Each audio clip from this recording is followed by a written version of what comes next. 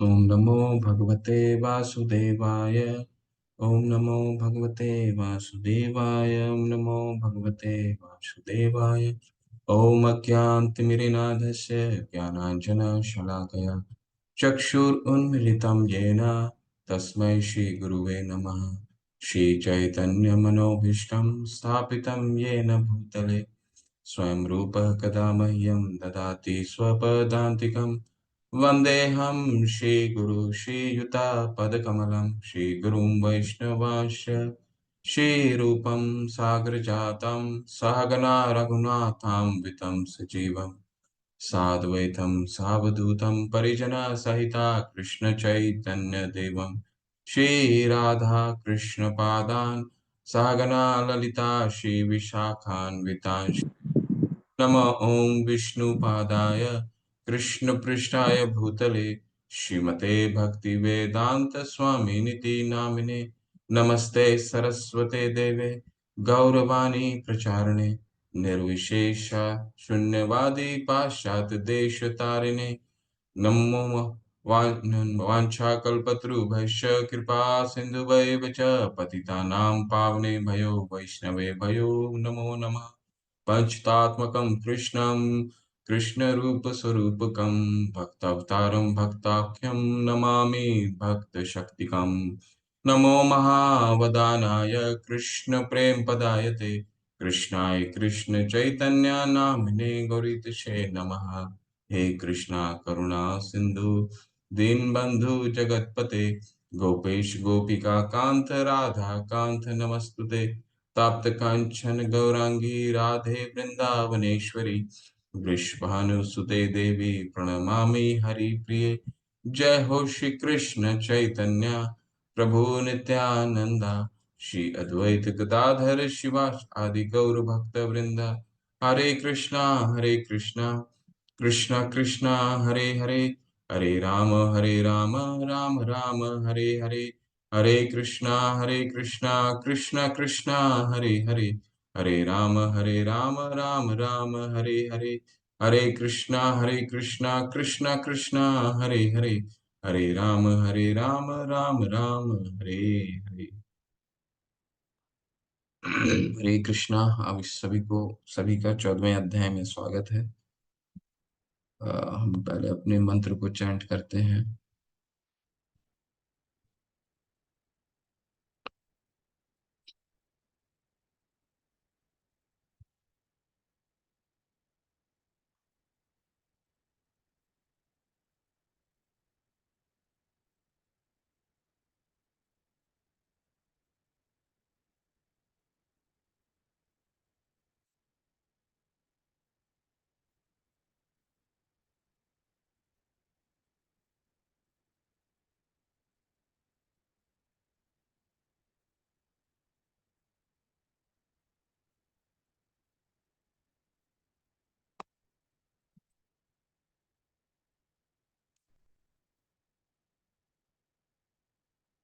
मंत्र एक। अन्यभिलाषिता शून्यं ज्ञानकर्माधनावृतम् अनुकूलेन कृष्णा अनुशीलनं भक्तिरुत्तमा। अन्यभिलाषिता शून्यं ज्ञानकर्माधनावृतम् अनुकूलेन कृष्णा अनुशीलनं भक्तिरुत्तमा। सर्व उपाधि विनिर्मुक्तं तत्परत्वेन निर्मलं ऋषिकेन ऋषिकेश सेवनं भक्तिरुच्यते। सर्व उपाधि विनिर्मुक्तं तत्परत्वेन निर्मलं ऋषिकेन ऋषिकेश सेवनं भक्तिरुच्यते। अतः श्री कृष्ण नामादि न भवेद ग्राह्य इंद्रियः सेवोन्मुखे ही जिह्वादौ स्वयं एव स्फुरति यतः। अतः श्री कृष्ण नामादि न भवेद ग्राह्य इंद्रियः सेवोन्मुखे ही जिह्वादौ स्वयं एव स्फुरति यतः। चौथा। अनासक्त्य विषयान् यथार्हम् उपयुञ्जतः निर्बन्ध कृष्ण संबंधे युक्तं वैराग्यम् उच्यते। अनासक्त्य विषयान् यथार्हम् उपयुञ्जतः निर्बन्ध कृष्ण संबंधे युक्त वैराग्यम् उच्यते।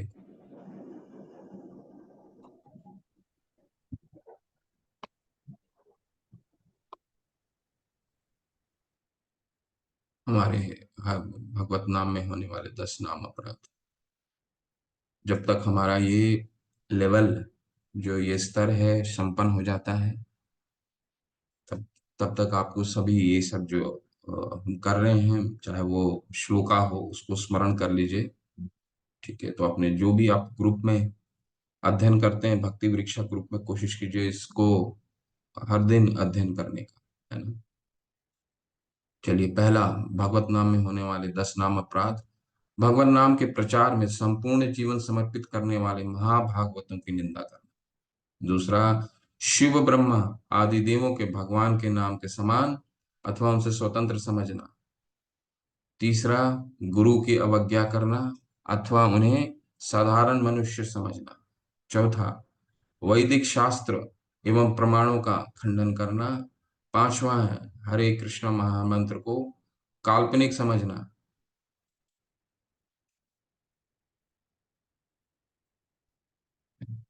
छठा है पवित्र भगवत नाम में अर्थवाद का आरोप करना।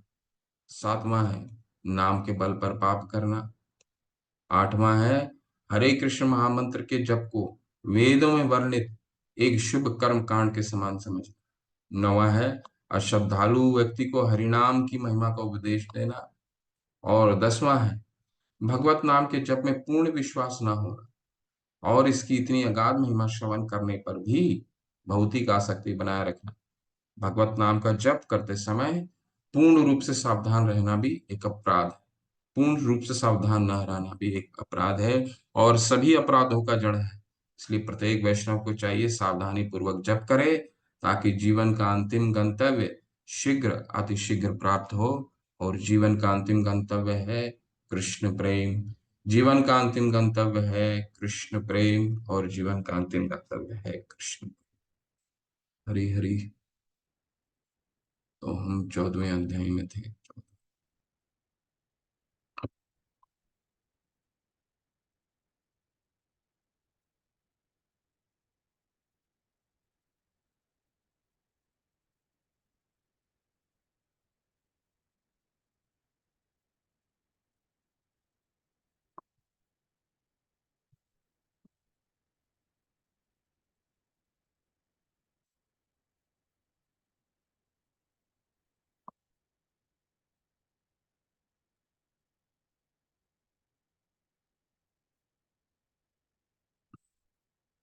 14वें अध्याय क्या क्या शीर्षक हमने थोड़ा सा शुरू भी कर दिया था।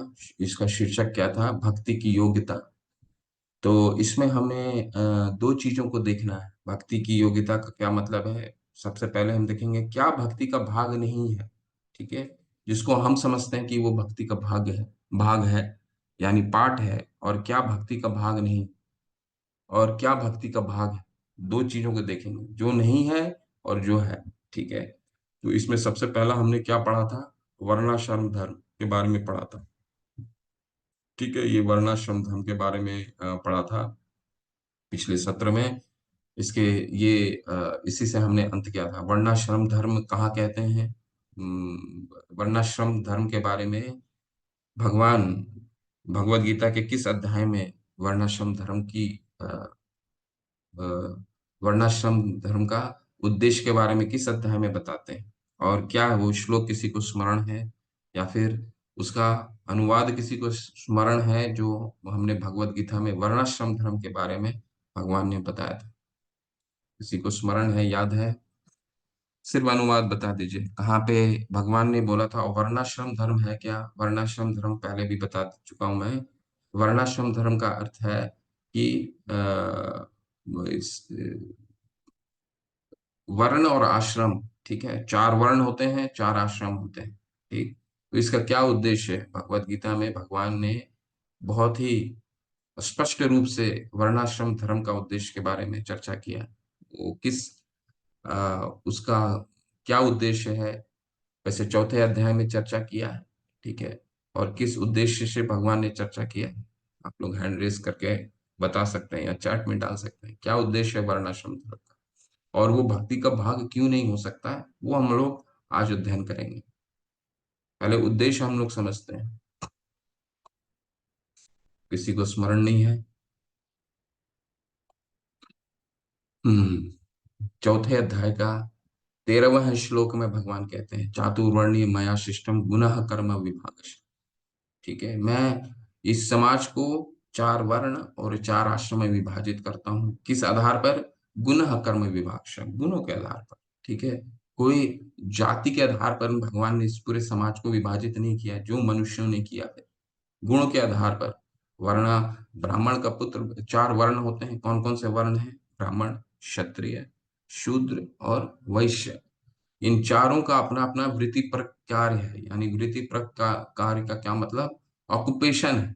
उस ऑक्युपेशन, उस वृत्ति पर कार्य के द्वारा वो भगवान, और ये जो भी विभाग हुआ है, इसके मुख्य उद्देश्य क्या है? उद्देश्य रहता है भगवान की संसिद्धि हरितोषणम। ठीक है, संसिद्धि मतलब कि हरि की तुष्टि के लिए ये पूरा समाज के वर्णों का विभाग किया है। ब्राह्मण का क्या कार्य था? ब्राह्मण का कार्य था कि शास्त्रों के माध्यम से पूरे जन सामान्य को शास्त्रों को का अध्ययन कराना, उसको भगवान से जोड़ना। क्षत्रिय का क्या कार्य था? क्षत्रिय का कार्य था कि पूरे समाज को सुरक्षा प्रदान करना। वैश्य का क्या क्या कार्य था? उपज उपजाऊ करना, और जो 3 वर्ण हैं उनको उनको प्रोड्यूस करना, उनको खिलाना। ठीक है, ये गौ पालन, फिर आपका जितने भी वाणिज्य हैं, प्रोड्यूस करना। ठीक है, खेती, ये वैश्य का कार्य था। और शूद्र का क्या कार्य था? शूद्र का कार्य था कि अपने श्रम से, यानी अपनी लेबर से, जो 3 वर्ण हैं उनको सहयोग देना। तो सभी वर्ण जो हैं, सबका एक भाग है। कोई भी वर्ण के बिना ये समाज नहीं चल सकता। ठीक है, अब जैसे एक आपका शरीर है, किसी का शरीर है, उस शरीर में पैर, हाथ, मुंह, सबका अपना अपना कार्य है। बिना पैर के पूरा शरीर नहीं चल सकता। ठीक उसी तरह ये पूरा समाज इन बिना 4 वर्णों के नहीं चल सकता। और ये गुणों के आधार पर विभाग किया गया है। इसका उद्देश्य क्या है? संसिद्धि हरितोषणम, हरि को तुष्टि करने के लिए। ये 4 वर्ण जो हैं, हरि की तुष्टि करने के लिए भगवान ने विभाग किया था। और 4 आश्रम है। आश्रम कौन कौन से होते हैं? ब्रह्मचर्य, गृहस्थ, अ, वर्णाश्रम और सन्यास। ठीक है, ये 4 आश्रम है। ठीक, तो ये जो 4 आश्रम है, इन चारों वर्ण और 4 आश्रम का एक ही उद्देश्य था, भगवान की तुष्टि। परंतु यहाँ पे रूप गोस्वामी पाद कह रहे हैं कि ये वर्ण आश्रम कभी भी भक्ति का भाग नहीं हो सकता। ठीक है, ऐसा उन्होंने क्यों कहा है? ऐसा इसलिए कहा है कि पिछले सत्र में हमने पढ़ा था कि पहला, जब आप पैराग्राफ पढ़ेंगे, 14वें अध्याय का पहला पैराग्राफ पढ़ेंगे, तो ये क्या है? ये कर्म योग है। कर्म के माध्यम से भगवान को तक पहुंचने का है। मैंने आपको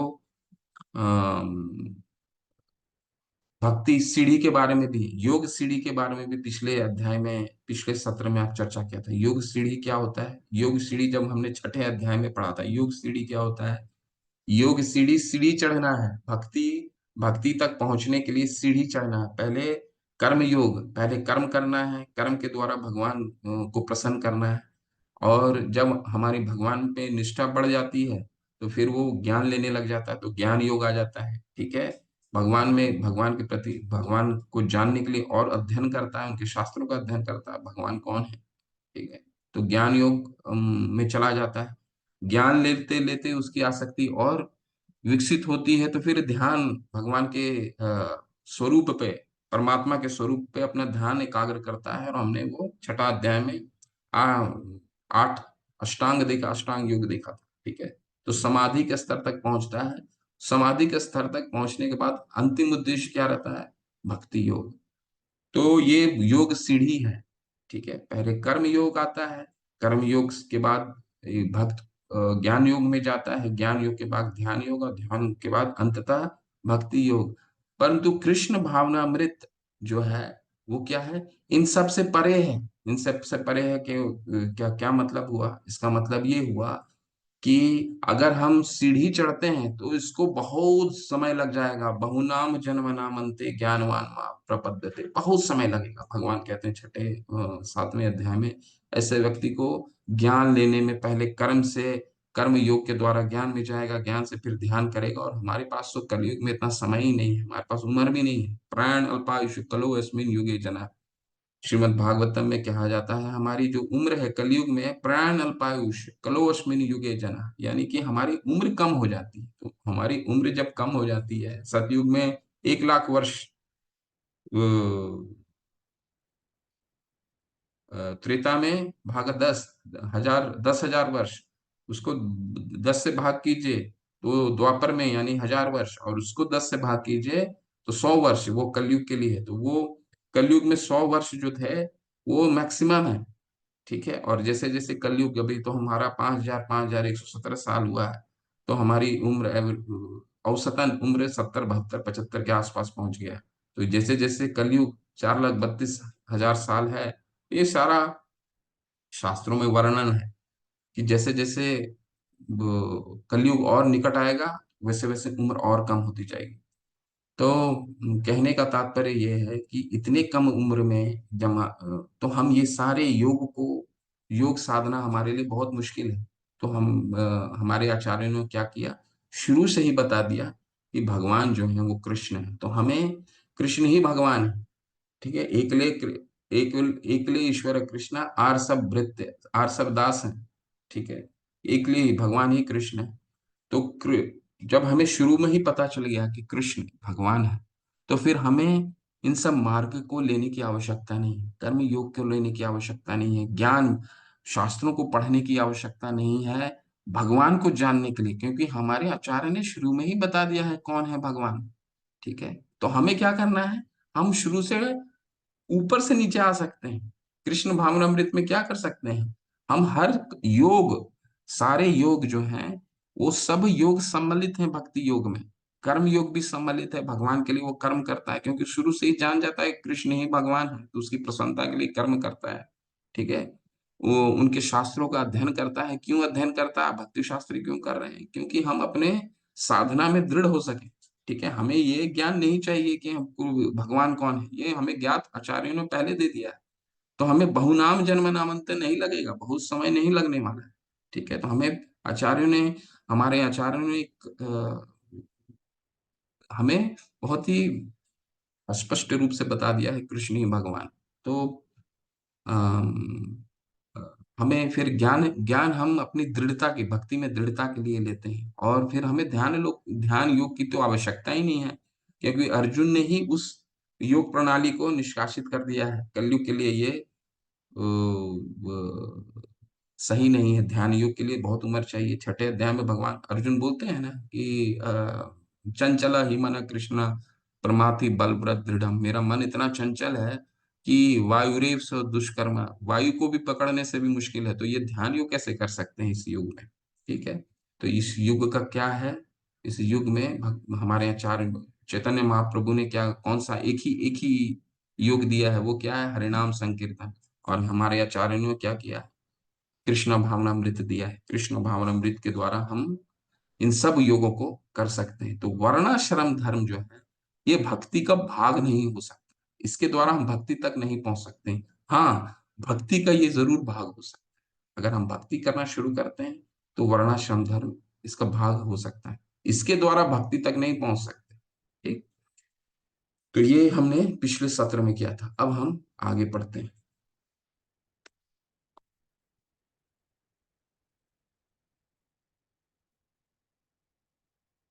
चलिए, बस आप अपनी अपनी किताबों को खोल लीजिए।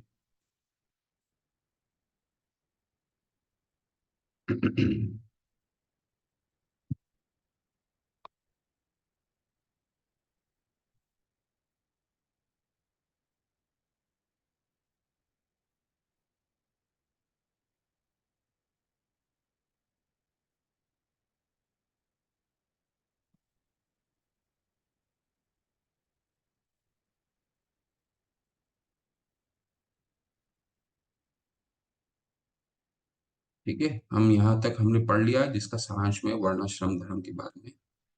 हमने समझ लिया वर्णाश्रम धर्म क्या है।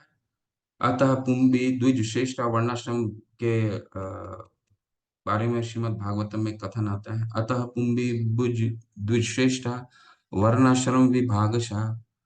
ठीक है, तो ये विभाग जो किया गया है वो क्या है? स्वनिष्ठता धर्मस्य संसिद्धि हरितोषणम। हरि को तुष्टि के लिए किया तो गया है, परंतु भक्ति का भाग नहीं हो सकता है, इसके द्वारा हम भक्ति तक नहीं पहुंच सकते। ठीक है, और इसका प्रमाण कहाँ मिलता है? दो प्रमाण है। ठीक है, प्रमाण के बारे में समझते हैं चलिए, कि वर्णाश्रम भाग जो है वो भक्ति का भाग क्यों नहीं हो सकता है। तो कोई अपना हैंड रेस कर सकते हैं और इसको अध्ययन कर सकते हैं। तो ये वर्णाश्रम जो है वो आप लोग जरूर अध्ययन कीजिए, और चौथे अध्याय का 13वें श्लोक में भगवान बताते हैं श्रीमद् भगवत गीता। इसको पढ़िए तात्पर्य को। ठीक है, अब प्रमाण के रूप में देखते हैं। देखिए, कोई भी जैसे अ,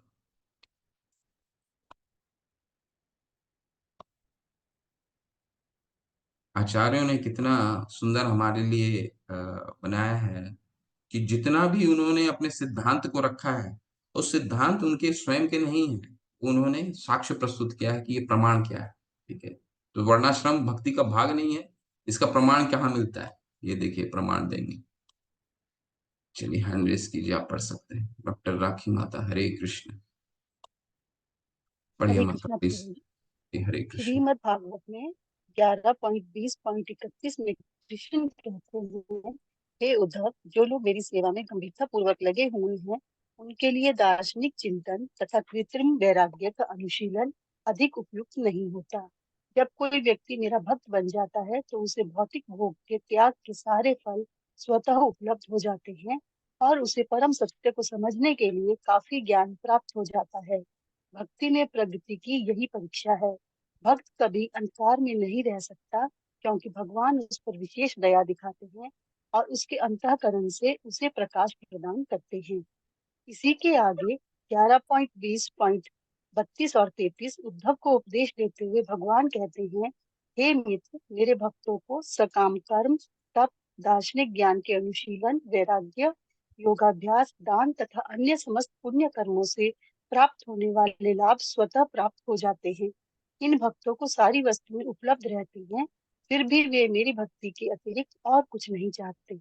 यदि कोई भक्त किसी भौतिक लाभ की यथा स्वर्ग प्राप्ति या कोई आध्यात्मिक लाभ जैसे वैकुंठ की प्राप्ति की इच्छा करता भी है, तो मेरी अहेतुक की कृपा से उसकी इच्छाएं सरलता से पूरी हो जाती हैं। हरे कृष्ण हरे माता। कृष्ण प्रभु जी। धन्यवाद माता। तो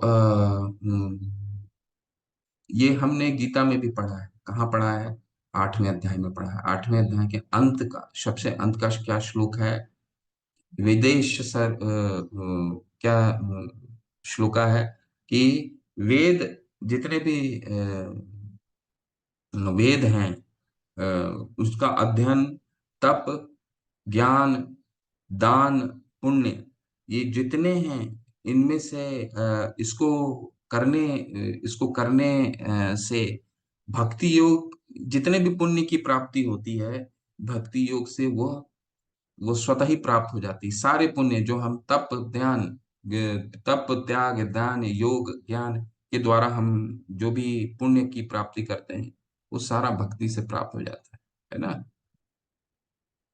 वेदेषु यज्ञेषु तपेषु च एव ज्ञानेषु यत् पुण्य फलम प्रदिष्टम। तो ऐसा बताते हैं ना भगवान 8वें अध्याय का सबसे अंतिम अंतिम श्लोक में, कि सारा पुण्य का प्राप्ति, अगर कोई ज्ञान लेने की कोशिश कर रहा है या फिर कोई बहुत पुण्य का कार्य कर रहा है, तो जो भी उसको फल की प्राप्ति होती है, उससे भक्ति योग में स्वतः ही प्राप्त हो जाती है। तो उसी का यहाँ पर साक्ष्य, यहाँ पे भगवान दे रहे हैं उद्धव के माध्यम से, कि वो सारे फलों की प्राप्ति हमें भक्ति करने से स्वतः ही मिल जाती है। हमें ये सब करने की अलग से जरूरत नहीं पड़ता है, तप करने की जरूरत नहीं है, त्याग करने की जरूरत नहीं है, दान करने की जरूरत नहीं, ज्ञान लेने की जरूरत नहीं है, वैराग्य, क्योंकि भक्ति में इन सब चीजों का सम्मिलित है।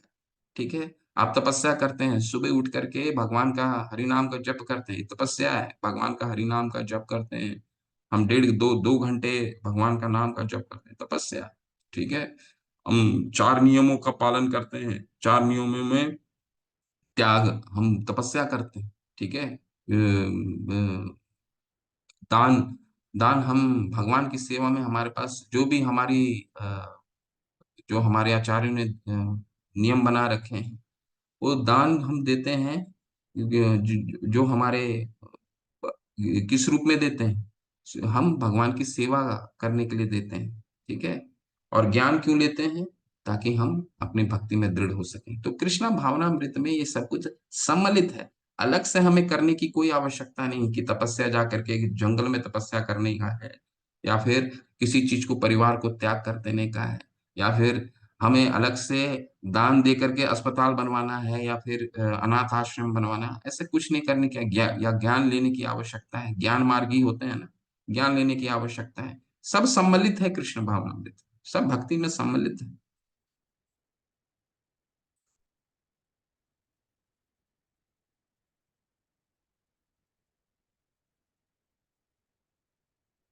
ये बहुत सुंदर श्लोक है। और हम जो श्लोक पढ़ते हैं, अपने मंत्र पढ़ते हैं 4 श्लोक का, उसमें से एक श्लोक के ये तात्पर्य है, ठीक है। पढ़िए, कोई हैंड रेस करके पढ़ सकते हैं, जो मैंने मार्क किया है। बबीता साहू माता, हरे कृष्ण माता, अनम्यूट कीजिए प्लीज। हरे कृष्ण प्रभु जी। हरे कृष्ण श्रील माता। श्रील रूपा गोस्वामी कहते हैं कि प्राकृत इंद्रिय तृप्ति में आसक्ति नहीं होनी चाहिए, परंतु श्री कृष्ण से संबंधित प्रत्येक वस्तु का ग्रहण करें। जैसे भोजन आवश्यक है और वह स्वाभाविक ही है कि रसना स्वादिष्ट अन्न चाहती है। अतः जीवा तृप्ति के स्थान पर श्री कृष्ण की प्रीति के लिए कुछ खाद्य पदार्थ बनाए जा सकते हैं और श्री कृष्ण को उनका अर्पण किया जा सकता है। तब वह वैराग हो जाएगा। स्वादिष्ट स्वादिष्ट पदार्थ बनाए, परंतु श्री कृष्ण को अर्पण किए बिना उन्हें खाना नहीं चाहिए। श्री कृष्ण को अर्पित न हुए श्री कृष्ण को और श्री कृष्ण को अर्पित किया जा सकते सॉरी श्री कृष्ण सॉरी को अर्पित न हुए हों, श्री उसके बाद कृष्ण को पढ़िए। अर्पित श्री कृष्ण को अर्पित न हुए हो उन पदार्थ को ग्रहण न करने का यह नियम वास्तव में वैराग्य है। साथ ही इस वैराग्य के द्वारा इंद्रियों के वेग को शांत किया जा सकता है। हरी हरे हरी कृष्ण बात। प्रभु जी। तो भगवान यहाँ ये रूप गोस्वामी बात क्या कह रहे हैं कि हम सब कुछ, अपने जो भी कार्य है, अनुकूल है ना, हम पढ़ते हैं ना, अनाशक्य अन्यभिलाषिता शून्यम ज्ञान कर्मा धनावृतम अनुकूलेन कृष्णा अनुशीलनम भक्तिरुत्तमा। जो अनुकूल है, ठीक है, उसको ग्रहण करें, जो प्रतिकूल है उसको निष्कासित करें। तो हम अपने सभी कार्य को भगवान के साथ जोड़ करके कार्य कर सकते हैं, ठीक है। किसी चीज को त्याग करने की आवश्यकता नहीं है, त्यागने की कोई आवश्यकता नहीं है। जैसे भोजन, हमारे सबसे कठिन इंद्रिया क्या है? जब हम प्रसाद ग्रहण करते हैं, तो सबसे हमारी कठिन इंद्रिया, सारे इंद्रियों में सबसे कठिन इंद्रिया कौन है? तो भक्ति विनोद ठाकुर कहते हैं कि तारे जिह्वे मध्यति लोभमय सुदुर्मति, यानी कि जिह्वा जो है सबसे कठिन इंद्रिया है, ठीक है। जब महाप्रसादे, जब हम गोविंद महा भोग का प्रसाद का मंत्र पढ़ते हैं, उसमें सब भक्ति विनोद ठाकुर क्या कहते हैं कि तारे मध्य जिह्वाति लोभमय सुदुर्मति, तारे चेता कठिन संसारी। ये सबसे कठिन है। इस इंद्रिय को तृप्ति को, जीवा की तृप्ति को कंट्रोल करना, इसको नियमित करना बहुत मुश्किल है, ठीक है। और इसके बाद हम जब अगला शास्त्र को पढ़ेंगे, अगला, जब हम, जिसमें पहला ही श्लोक है कि जीवा को अगर हमने नियमित कर लिया, तो हमारे उदर और उपस्थ स्वतः ही नियमित हो जाते हैं। तो इसको इसको नियमित कैसे करना है? ठीक है, दो, त्याग करने की कोई आवश्यकता नहीं है कि हमने खाना ही बंद कर दिया, ऐसा करने की आवश्यकता नहीं है। तो रूप गोस्वामी बात क्या समझा रहे हैं, प्रभुपाद जी हमें क्या, आचार्य क्या बता रहे हैं? इसे भगवान को अर्पित करके इसको ग्रहण कर, स्वतः ही वो हमारा अनुकूल है ना कृष्णा, तो वो हमारा क्या हो गया, युक्त वैराग्य हो गया, उसको हमने भगवान को अर्पित कर दिया। और जब ये हमारे व्यवहार में हम अपना लेकर के आ जाएंगे, तो हमें बाहरी चीजों की खाने की आवश्यकता नहीं है, हम खुद ही अपने इंद्रिय तृप्ति को, अपने जीवा को नियमित कर सकते हैं। अगर हमने ये बांध लिया कि कोई भी चीज हम बिना भगवान को अर्पित करते हुए ग्रहण नहीं करेंगे, तो हम अपनी इंद्रियों को ऐसे ही नियमित कर लेते हैं। तो आप ऐसे भी बाहर की चीजों को खाना बंद कर देंगे, क्योंकि आप जो बाहर की चीजें वो भगवान को अर्पित नहीं हुई होती। तो ठीक है, तो हमारी जो इंद्रियां हैं ये नियमित हो जाएंगी। ठीक है, बस हमें करना क्या है, बस उसको भगवान को अर्पित अच्छे अच्छे भोजन बनवाइए। ठीक है।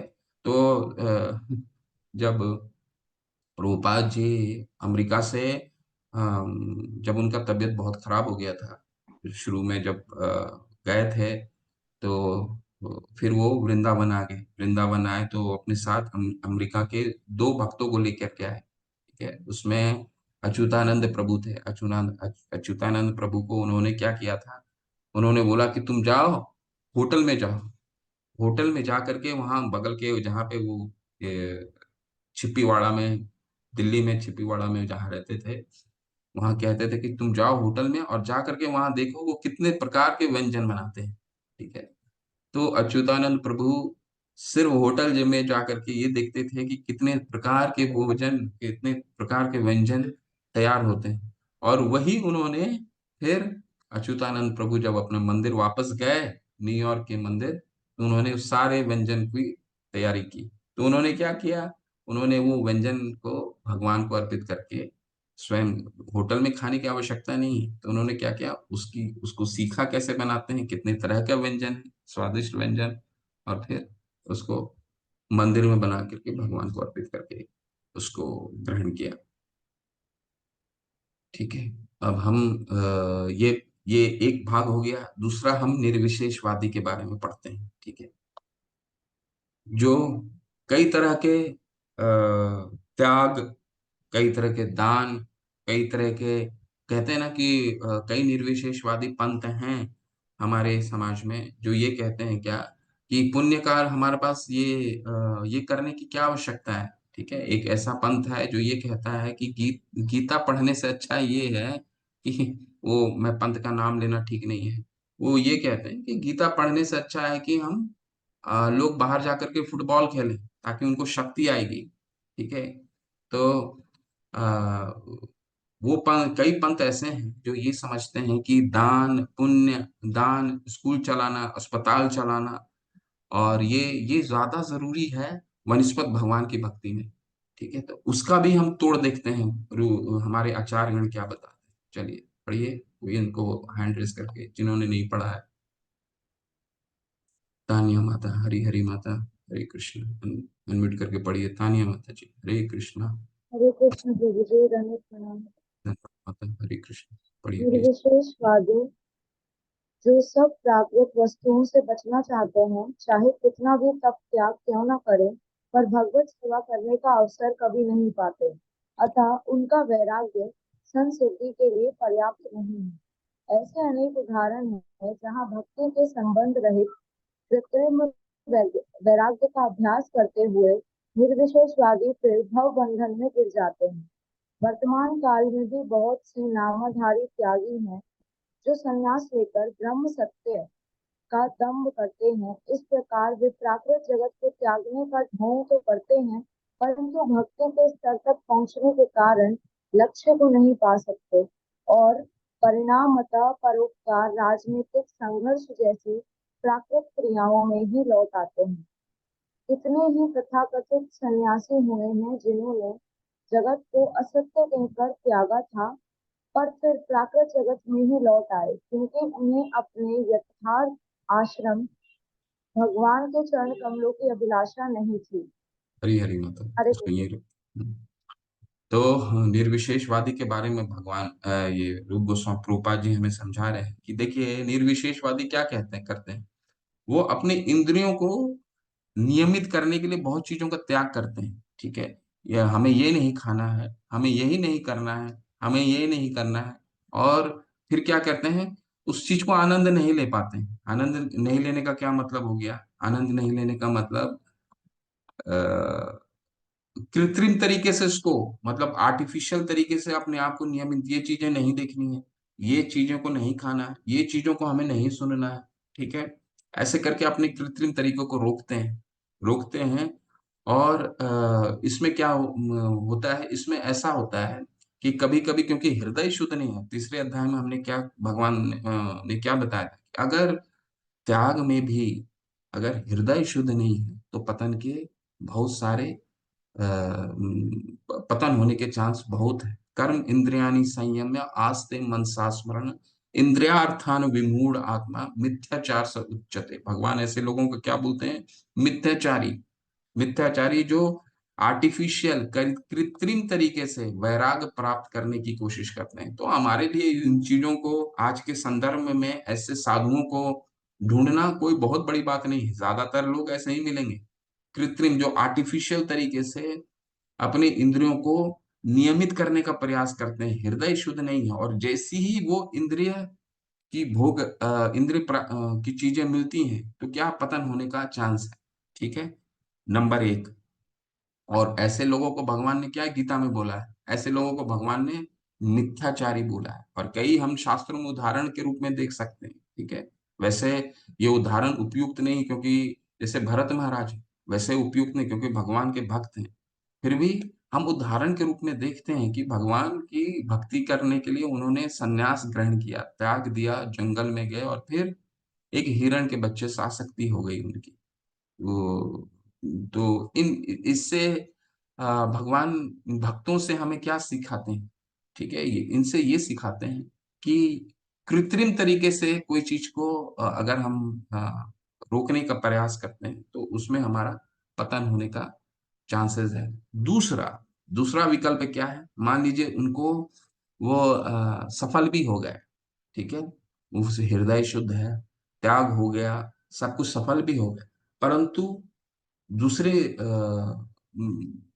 एक समय ऐसा आता है कि निर्विशेषवादी, जहां निर्विशेषवादी क्या है, हमने 12वें अध्याय में भगवान ने पढ़ा है ना, भगवान अर्जुन प्रश्न करते हैं ना, क्या प्रश्न करते हैं अर्जुन कि कौन सा सर्वश्रेष्ठ मार्ग है?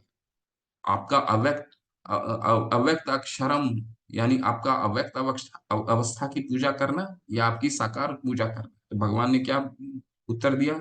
दोनों ठीक है, लेकिन जो एक मार्ग है अव्यक्त यानी निराकारवादी, जो भगवान की निराकार की रूप की पूजा करते हैं, उसका क्या उसके साथ क्या तकलीफ है? उसके साथ तकलीफ है कलेशो अधिकतर शाम अव्यक्त आसक्त चेत शाम। वो मार्ग बहुत कलेशों भरा है।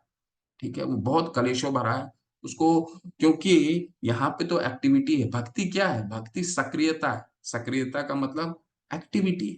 उसमें हम भगवान के लिए अर्च विग्रह को सजाते हैं, उनके लिए भोजन बनाते हैं, उनको भोग अर्पित करते हैं, उनको मर्दिन का मार्जन करते हैं, उनको सजाते हैं, उनके आगे हम कीर्तन करते हैं, उनका श्रवण करते हैं। तो कितनी एक्टिविटी है, भक्तों का सेवा करते हैं, कितना एक्टिविटी है।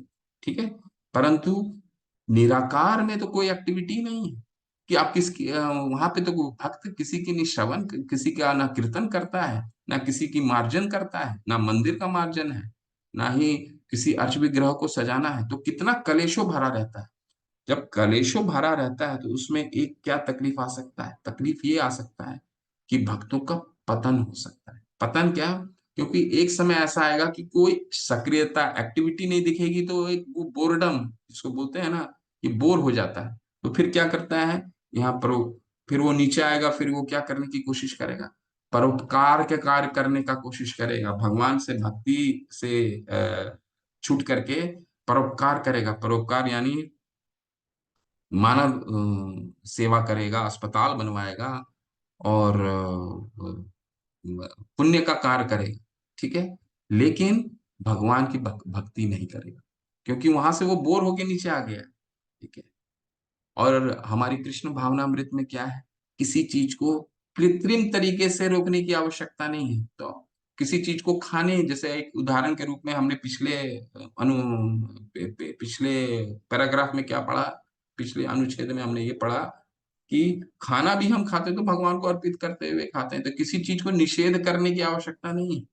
ठीक है, लहसुन प्याज आप छोड़ दिए, जो भगवान को जो भी अर्पित कर सकते हैं, जितना भी स्वादिष्ट भोजन बना सकते हैं, स्वादिष्ट भोजन बनाए, व्यंजन को बनाइए और अर्पित करके खाइए। किसी चीज को आर्टिफिशियली रोकने की आवश्यकता नहीं है। गाना सुनने की इच्छा है, भगवान के भजन सुनिए। इस कान को रोकने की आवश्यकता नहीं है, ठीक है। आंखों को रोकने की आवश्यकता नहीं है कि ये नहीं देखना है, ये नहीं देखना है। भगवान के विग्रह को देखिए, आचार्य का लेक्चर्स को सुनिए, ठीक है। तो ये बहुत सारी एक्टिविटी है।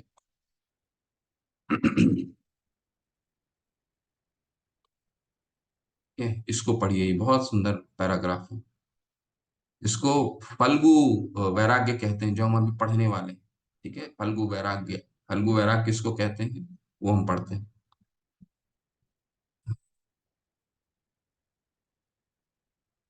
स्वर्ण कांत्री माता, हरे कृष्ण माता, दंडवत माता, अनम्यूट करके हरे कृष्ण पढ़िए। प्रभु जी, दंडवत प्रणाम प्रभु जी। ऐसी किसी भी वस्तु को त्यागना ठीक नहीं जो भगवान जो भगवान की सेवा में लग सकती हो। यह भक्ति मार्ग का गुड़ रहस्य है। कृष्ण भावना और भक्ति में प्रगति के अनुकूल कोई भी वस्तु स्वीकार कर लेनी चाहिए। उदाहरणार्थ, अपने इस कृष्ण भावनामृत आंदोलन को बढ़ाने के लिए हम वायुयान आदि नाना यंत्रों अनेक और उन अनेक उपकरणों का उपयोग कर रहे हैं। कभी कभी लोग पूछते हैं, जब आप प्राकृत सभ्यता की निंदा करते हैं तो फिर प्राकृतिक पदार्थों का उपयोग क्यों कर रहे हैं? पर वास्तव में हम निंदा नहीं करते। हम तो केवल इतना कहते हैं कि लोग जो कुछ काम करे वह कृष्ण भावना भावित होकर करे। हरे कृष्ण प्रभु जी। हरी हरी। तो प्रभुपाद जी को कई लोगों ने प्रश्न किया था कि आप तो सन्यासी हैं, आपने तो सन्यास ग्रहण कर लिया है, तो आप ये मर्सिडीज गाड़ी में क्यों चलते हैं, आप हवाई जहाज का उपयोग क्यों करते हैं? तो प्रभुपाद जी उसका उत्तर देते हैं कि किसी चीज को त्यागने की आवश्यकता नहीं है। हमें उस चीज को क्या करना है, उस चीज को भगवान की सेवा में लगाना है। अगर मैं प्रभुपाद जी कहते हैं कि अगर कहीं मैं 24 घंटा में पहुंचता हूँ और वहां पे 2 घंटे में पहुंच करके मैं 2 से 3 सभाओं को संबोधित कर सकता हूँ, तो क्यों नहीं वायुयान में, अगर मेरी क्षमता है, क्यों नहीं वायुयान में जाऊं? कहीं अगर पैदल चल के 2 घंटा लगता है और मैं गाड़ी से जा करके वहां पे दो सभाओं को मैं संबोधित करता हूँ, तो क्यों नहीं मैं गाड़ी का इस्तेमाल करूं? तो कृष्णा भावनामृत में कोई चीज को त्यागने के लिए हमारे आचार्य गण ने नहीं बताया है। प्रभुपाद जी ने क्या कहा है? उन्होंने कहा है इसको भगवान की सेवा में अर्पित करो। तो कई पंथ हैं, इसीलिए यहाँ पे फर्क हो जाता है कि दूसरे पंथ के लोग क्या कहते हैं और हमारे कृष्ण भावनामृत में क्या अंतर है, ठीक है। इसको फल्गु वैराग्य कहा जाता है। फल्गु वैराग्य मतलब कि भगवान के लिए जो अनुकूल है उसको ग्रहण करना, जो प्रतिकूल है उसको त्याग देना, ठीक है। जो भगवान को पसंद नहीं है उसे हमें नहीं ग्रहण करना है, ठीक है। तो 4 नियम भगवान को पसंद नहीं, हमें नहीं ग्रहण करना है, ठीक है। देखिए, ये उदाहरण के रूप में यहाँ कोई पढ़ना चाहता है तो यहाँ पढ़ सकता है। उदाहरण के रूप में एक और प्रभुपाद ने बहुत अच्छा दृष्टांत प्रस्तुत किया है। तो हम कोई और हैंड रेस करें जिन्होंने अभी तक नहीं पढ़ा है।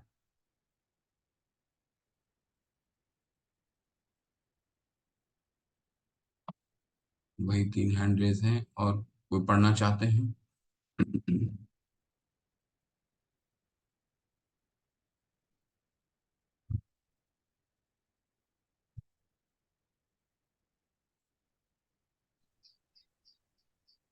रुचिका माता, हरी हरी माता, हरे कृष्ण। हाँ, हरे कृष्ण प्रभु जी। कृष्ण। यदि टाइप आदि किसी यंत्र का सदुपयोग कृष्ण भावनामृत आंदोलन को बढ़ाने में किया जा सकता है तो हमें अवश्य करना चाहिए। हमारी दृष्टि में श्री कृष्ण सर्वरूप है। श्री कृष्ण ही वस्तु मात्र के निमित्त और उपादान है। हमारा अपना कुछ भी नहीं है। अतः श्री कृष्ण की वस्तुएं श्री कृष्ण की सेवा में ही लगे, ऐसी हमारी दृष्टि है। तो हम आज इंटरनेट का सदुपयोग करके एक दूसरे से जुड़े हुए हैं। तो इसका हम क्या इस्तेमाल कर रहे हैं? इंटरनेट का कोई गलत कार्यों के लिए इस्तेमाल नहीं कर रहे हैं। किस लिए इस्तेमाल कर रहे हैं? भगवान के श्रवण करने के लिए, भगवान के शास्त्रों का अध्ययन करने के लिए। तो वही इसी उदाहरण के साथ प्रभुपाद जी हमें समझा रहे हैं, इसे युक्त वैराग्य कहा जाता है। किसी चीज को त्यागने की आवश्यकता नहीं है। अनुकूल न कृष्णा अनुशीलनम भक्ति उत्तमा, उसको अनुशीलन करने की आवश्यकता है भगवान की प्रसन्नता के लिए। ठीक है, तो इसे युक्त वैराग कहा जाता है। ये भी कुछ डोंट्स भी है। अभी तो हमने डूस पढ़ लिया, कुछ डोंट्स भी हैं। क्या डोंट्स हैं वो पढ़िए, ये पैराग्राफ अगला। किन्ने हैंड रेस किया था अभी?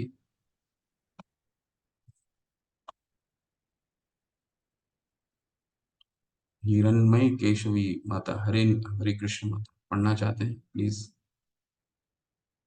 हरे कृष्णा प्रभु जी। हरे हरे माता, हरे कृष्ण। इसका यह अर्थ नहीं कि हम भक्ति के साधन को छोड़ बैठे अथवा तत्सम संबंधी विधि विधान का तिरस्कार करें। भक्ति की कनिष्ठ प्रारंभिक दशा में गुरु प्रमाण द्वारा नियमित सब सिद्धांतों का अनुसरण करना चाहिए। कौन सी वस्तु त्यागी जाए और कौन सी अपनाई जाए, यह भक्ति के सिद्धांतों के अनुसार होना चाहिए। ऐसा नहीं कि स्वतंत्र रूप से निर्णय करे कि क्या त्यागना है और क्या अपनाना है। अतः भक्त का मार्गदर्शन करने के लिए भगवान श्री कृष्ण के प्रतिनिधि और बाह्य प्रकाश के रूप में सदगुरु का आश्रय आवश्यक है। हरे हरे हरे कृष्ण प्रभु जी। हरे कृष्ण माता, धन्यवाद माता। तो कहने का क्या तात्पर्य है? कहने का किन चीजों भगवान यहाँ पे, लेकिन आचार्य हमारे एक निषेध भी डाल रहे हैं। क्या निषेध डाल रहे हैं? वो निषेध ये डाल रहे हैं कि पर ऐसा नहीं है कि हम कुछ भी किसी चीज के लिए उपयोग कर लें और उसको कहें ये भगवान की सेवा में लगा दें। ठीक है, वो हमें कौन बताएंगे? हमें आचार्य, अपने सीनियर डिवोटी, अपने काउंसलर, अपने आचार्य, अपने शिक्षा गुरु से पूछना है कि क्या ये चीज मैं सेवा में ले सकता हूँ? क्या इन चीजों को भगवान की सेवा में लगाया जा सकता है? ठीक है, तो ही हम उन चीजों का उपयोग कर सकते हैं, नहीं तो नहीं। हम अपने स्वतंत्र, हमारी विचारधारा नहीं होनी चाहिए। ठीक है, ऐसा प्रभुपाद हमें समझा रहे हैं। किन चीजों का उपयोग भगवान की सेवा में लगाना है या नहीं लगाना है, हम अपने विचार से नहीं कर सकते। हमें गुरु से पूछना होगा और उनसे पूछ करके हमें क्या अनुकूल है उसे ग्रहण करना होगा।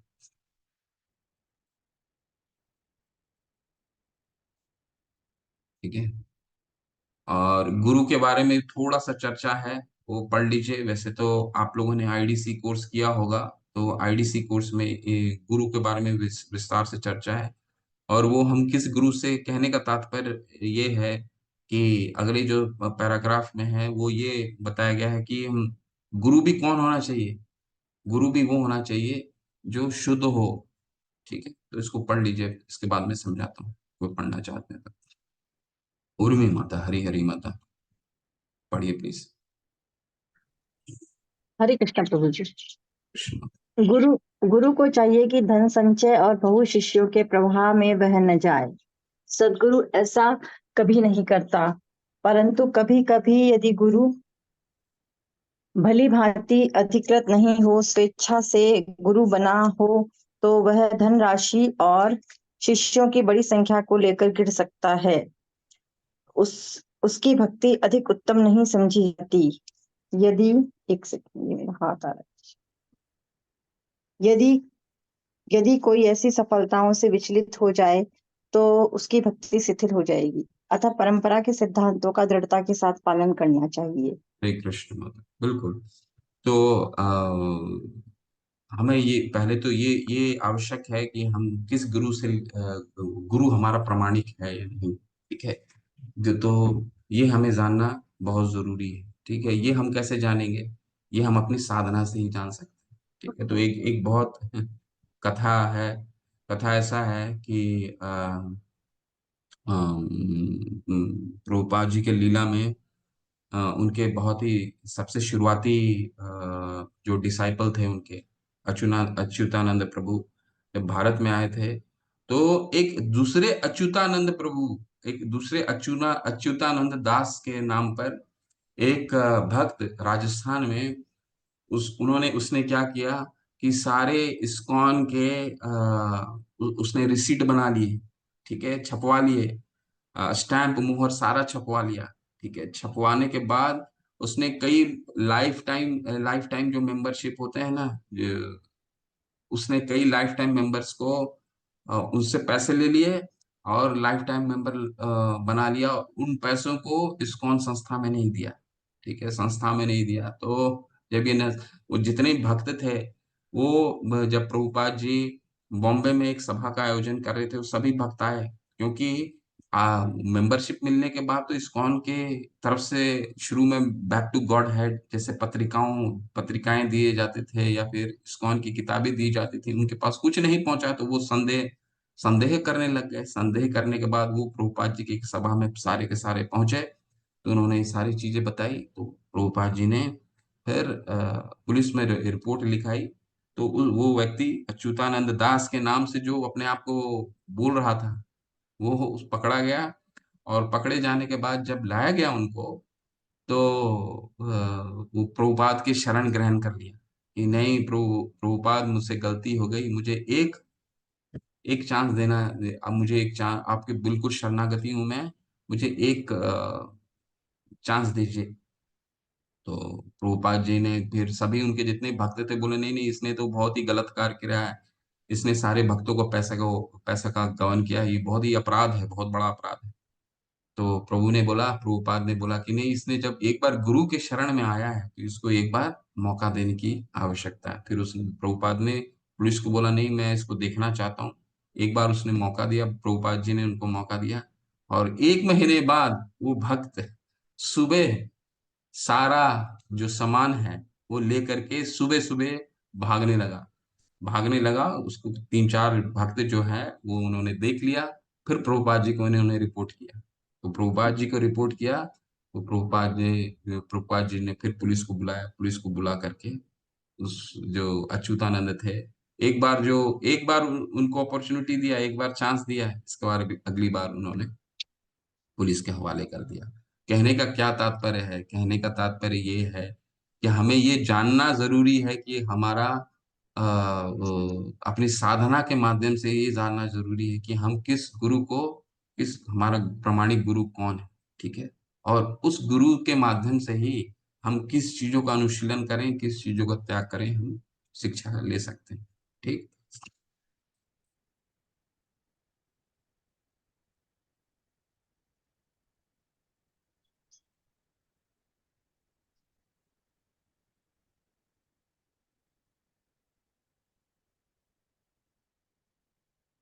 इस अध्याय के सभी पैराग्राफ बहुत इंपॉर्टेंट है, इसको बहुत महत्वपूर्ण है। ध्यान पूर्वक इसको पढ़िए। कोई ये पैराग्राफ पढ़ना चाहता है तो पढ़िए प्लीज, बहुत सुंदर है। विमला, हरी हरी माता, विमला माता, हरे कृष्ण माता, म्यूट करके पढ़िए प्लीज। हरे कृष्ण प्रभु जी। कृष्ण कृष्ण भावना भावित पुरुष भावतः शुद्ध है, इसलिए उसे मन वाणी की शुद्धि के किसी अन्य साधन की आवश्यकता नहीं। कृष्ण भावना की दिव्य भाव भूमि में आरूढ़ हो जाने के कारण उससे सभी देवी गुण आ जाते हैं। वह योग पद्धति की विधि का स्वतः पालन करता है। भक्तों द्वारा इन सब नियमों का अनुसरण अनायास हो जाता है। एक प्रत्यक्ष उदाहरण अहिंसा है, जो एक दिव्य गुण माना जाता है। भक्त स्वभाव से अहिंसा प्रिय होता है, उसे अलग से अहिंसा का अभ्यास नहीं करना पड़ता। कुछ लोग शुद्धि के लिए शाकाहारी संघों में सम्मिलित होते हैं, पर भक्त तो स्वभाव से ही शाकाहारी बन जाता है। उसे इसका पृथक अभ्यास अथवा किसी शाकाहारी संघ का सदस्य नहीं बनना पड़ता। वह स्वाभाविक रूप में शाकाहारी है। हरे हरे कृष्ण। कृष्ण, धन्यवाद। देखिए कितना सुंदर लिख रहे हैं प्रभुपाद। कह रहे हैं कि भक्त को कुछ अलग से करने की आवश्यकता नहीं है। भगवान ने गीता में क्या बताया है? गीता में 13वें अध्याय में 6 प्रश्न पूछते हैं अर्जुन। उस 6 प्रश्न में एक प्रश्न, 2 प्रश्न में क्या होता है? ज्ञेयम क्या है, ज्ञान क्या है। ज्ञेयम यानी कि परमात्मा को परमात्मा उद्देश्य है, जानने, और उसके लिए हमें क्या योग्यता चाहिए, उसको ज्ञान कहते हैं। तो क्या योग्यता भगवान ने बताया, अमानितम अधिभित्तम अहिंसा शांति आर्जवम, ऐसे 20 योग्यताएं बताए हैं भगवान ने उस अध्याय में। अमानितम अधिभित्तम अहिंसा शांति आर्जवम, ठीक है। तो इसमें अ, प्रभुपाद बता रहे हैं इस पैराग्राफ में, इस अनुच्छेद में क्या बता रहे हैं कि हमें कोई चीज अहिंसा अहिंसा मान लीजिए, अलग से कुछ करने की आवश्यकता नहीं है, भक्त खुद ही अहिंसक हो जाता है। अहिंसा का क्या तात्पर्य है? शास्त्रों के अनुसार अहिंसा का तात्पर्य ये है कि कोई वो जो दूसरे को किसी तरह का दुख नहीं देता है, किसी तरह का तकलीफ नहीं देता है। तो भक्तों में तो ये गुण स्वतः ही विकसित हो जाते हैं, उसको विकसित करने की आवश्यकता नहीं पड़ती कि मुझे किसी को तकलीफ नहीं देना, क्योंकि वो तो तपस्या करता है। उसको मालूम है कि 17वें अध्याय में भगवान ने 3 तपस्याओं के बारे में बोला है, शारीरिक तपस्या, वाणी की तपस्या और मन की तपस्या। वो स्वतः ही करता है, अपने प्रमाणिक जो हमारे गुरु ने फॉर्मूला दे दिया है, ठीक है। तो वो ऐसे कोई शब्द नहीं बोलता जो दूसरों को तकलीफ देता है, वो वाणी की तपस्या करता है। अनुद्वेग करम वाक्यम सत्यम प्रिय हितम च यत्, ठीक है। किसी को ऐसे शब्द नहीं बोलता कि किसी को अनुद्वेग, किसी तरह का ईर्ष्या हो, किसी तरह का उसको खराब लगे, क्योंकि वो उसको उसके व्यवहार में ही आ जाता है, ठीक है। तो उससे कुछ किसी भी चीज को, अब जैसे यहाँ प्रभुपाद क्या बता रहे हैं कि वेजिटेरियन ऐसे कई होते हैं ना, वेजिटेरियन ग्रुप होता है, शाकाहारी संघ होता है, वेजिटेरियन ग्रुप है। तो भक्तों को वेजिटेरियन ग्रुप ज्वाइन करने का या इस तरह का संघ में ज्वाइन करने की कोई आवश्यकता नहीं। वो शुद्ध वो स्वतः ही शुद्ध शाकाहारी हो जाता है, क्योंकि वो कुछ नियमों का पालन कर रहा है। तो उसमें जो दैवी गुण है, जो 16वां अध्याय का 26 गुण भगवान बताए ना, 16 अध्याय का 1 से लेकर के 3 श्लोक में 26 गुण, वो 26 गुण स्वतः ही विकसित हो जाते हैं। उससे उसको एक एक करके गुणों में काम करने की आवश्यकता नहीं होती, बस आचार्य के द्वारा वो फॉर्मूला अपनाते जाना है, और वो जो गुण है वो अपने आप ही विकसित होते जाएंगे, ठीक है। बस अब इसका अंत में करते हैं, अनेक सुरक्षित है और कुछ मुख्य बिंदु को पढ़ते हैं। मिश्र पुष्टि करते हैं अंतकरण विक्रिया होगा।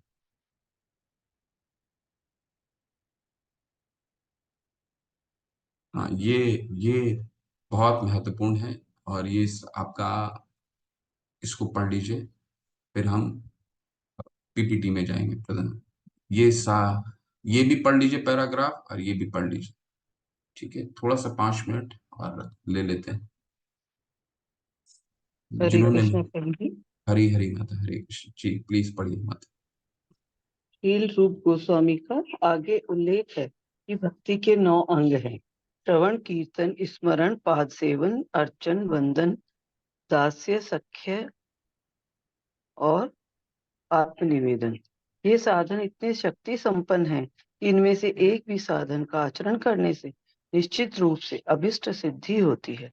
जो भगवत कथा के श्रवण से में अनुरक्त है और जो नाम कीर्तन करता है, वे दोनों ही भक्ति के अभिष्ट लक्ष्य को पाते हैं। चैतन्य चरितामृत में इसका विशद प्रतिपादन है। कोई एक साधन करे, 2-3 अथवा सबके सब साधन अंगीकार करें, अंत में वह स्पर्श स्पृहणीय भक्ति योग में निष्ठ हो जाएगा। भक्ति के उपरोक्त साधनों में से एक भी साधन करने से संसिद्धि को प्राप्त हुए भक्तों के बहुत से उदाहरण हैं।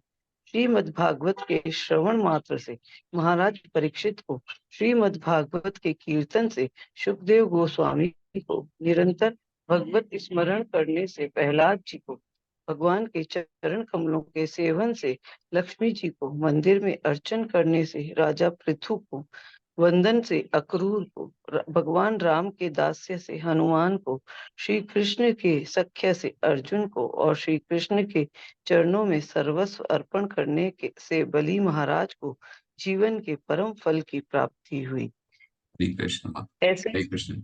बस बस बस, धन्यवाद माता, हरे कृष्ण। ये हरे बहुत महत्वपूर्ण श्लोक है, तो इसको हम पीपीटी में देखते हैं और फिर इसको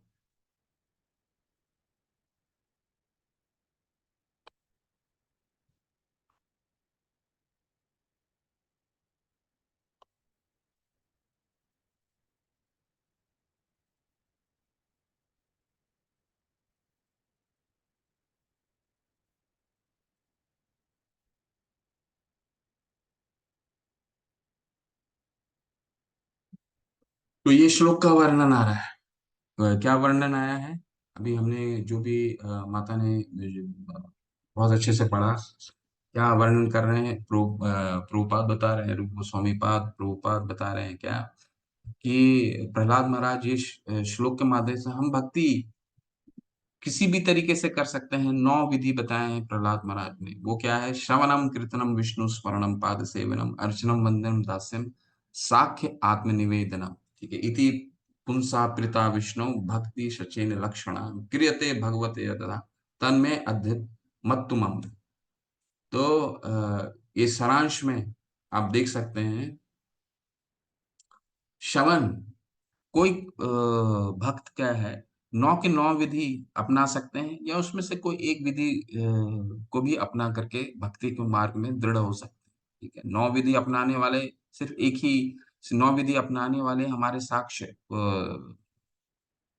कौन है? अम्बरीश महाराज। और एक एक विधि से ही इस मार्ग में दृढ़ होने वाले कई उदाहरण हमारे शास्त्रों में, जिस पैराग्राफ में हमने पढ़ा, वो क्या है? श्रवण में कौन है? परीक्षित महाराज। तो परीक्षित महाराज आप सभी लोग जानते हैं कि सुख मुनि से सुख मुनि से उन्होंने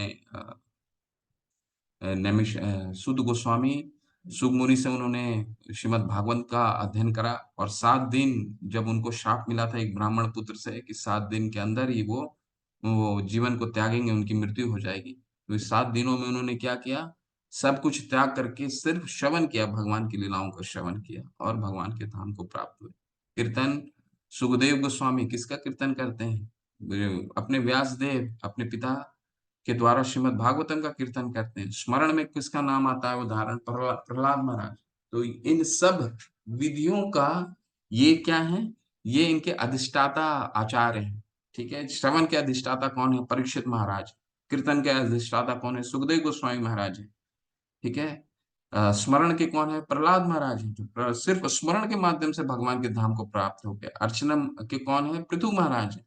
पाद सेवन, लक्ष्मी सहस्त्र सम माता है ना हमारा, लक्ष्मी सहस्त्र सत्सम सेव्यमानम।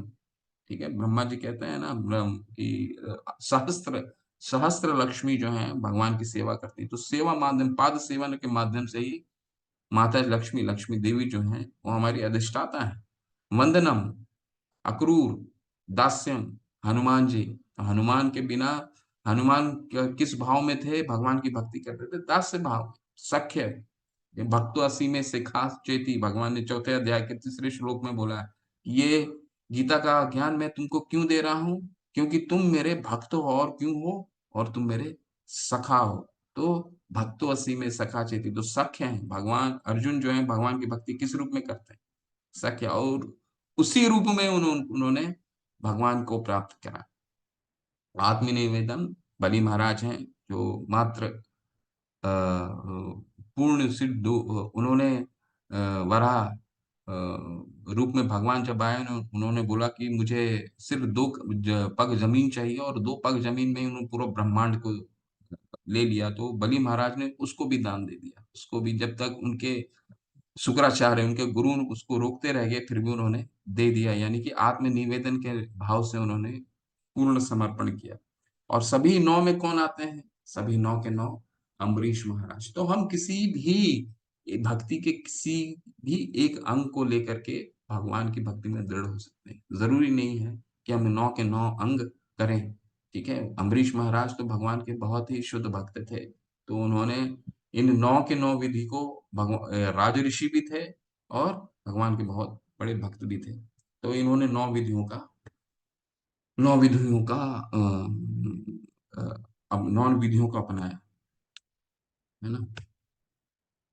ये आपका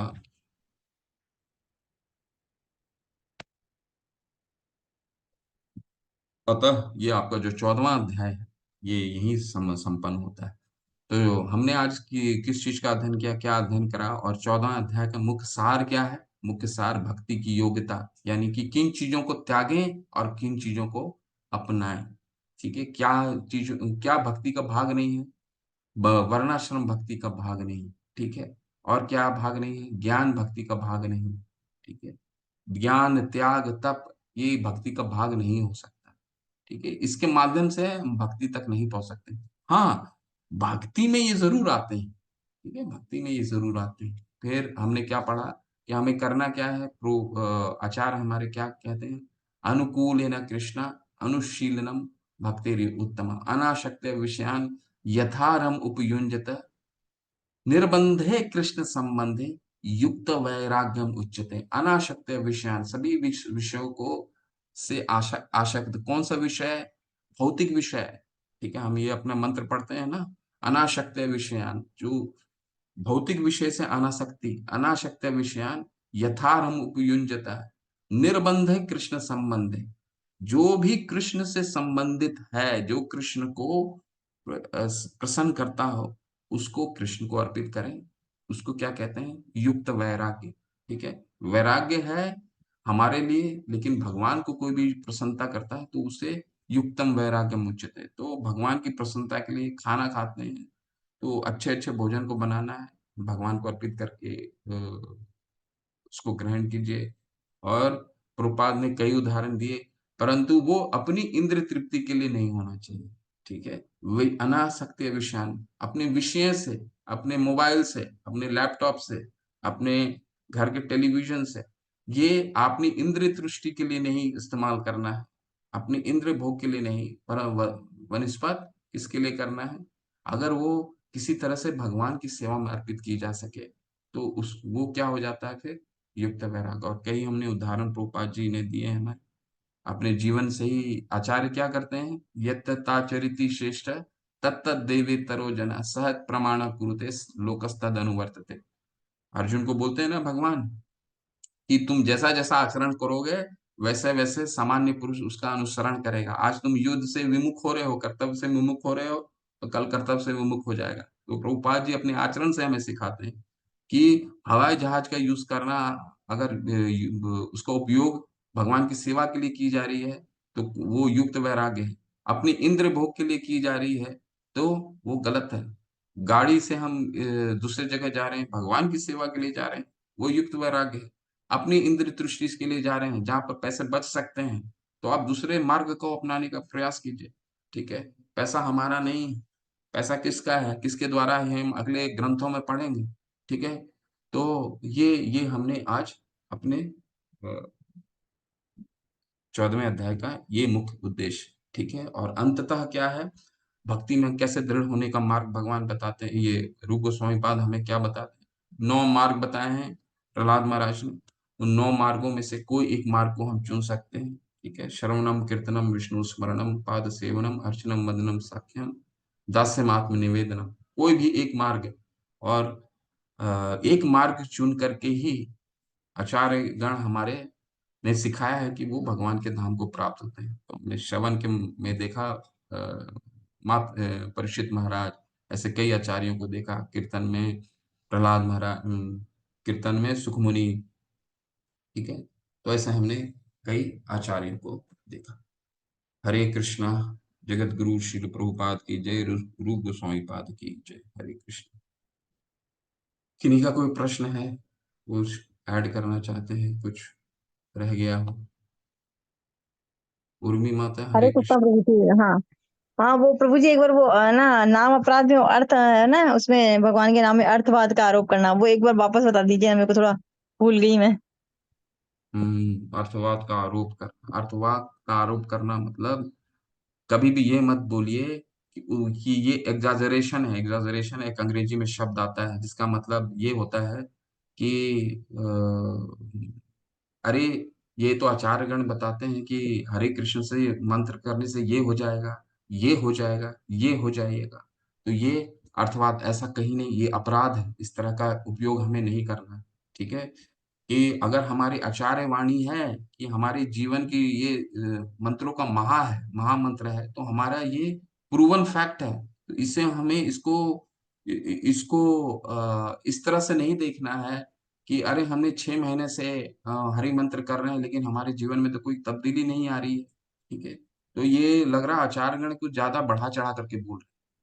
तो ये बढ़ा चढ़ा करके जो बोलना, इसको कहते हैं अर्थवाद का आरोप करना, ठीक है। कि ये बहुत ज्यादा महामंडन करते हैं हरे कृष्ण महामंत्र का। इसका मतलब है ये बहुत बड़ा अपराध है। हरे कृष्णा महामंत्र भगवान से अभिन्न है, ठीक है, तो इसको कहते हैं अर्थवाद का आरोप। ठीक है, तो समझ जी में आ गया माता? हाँ जी।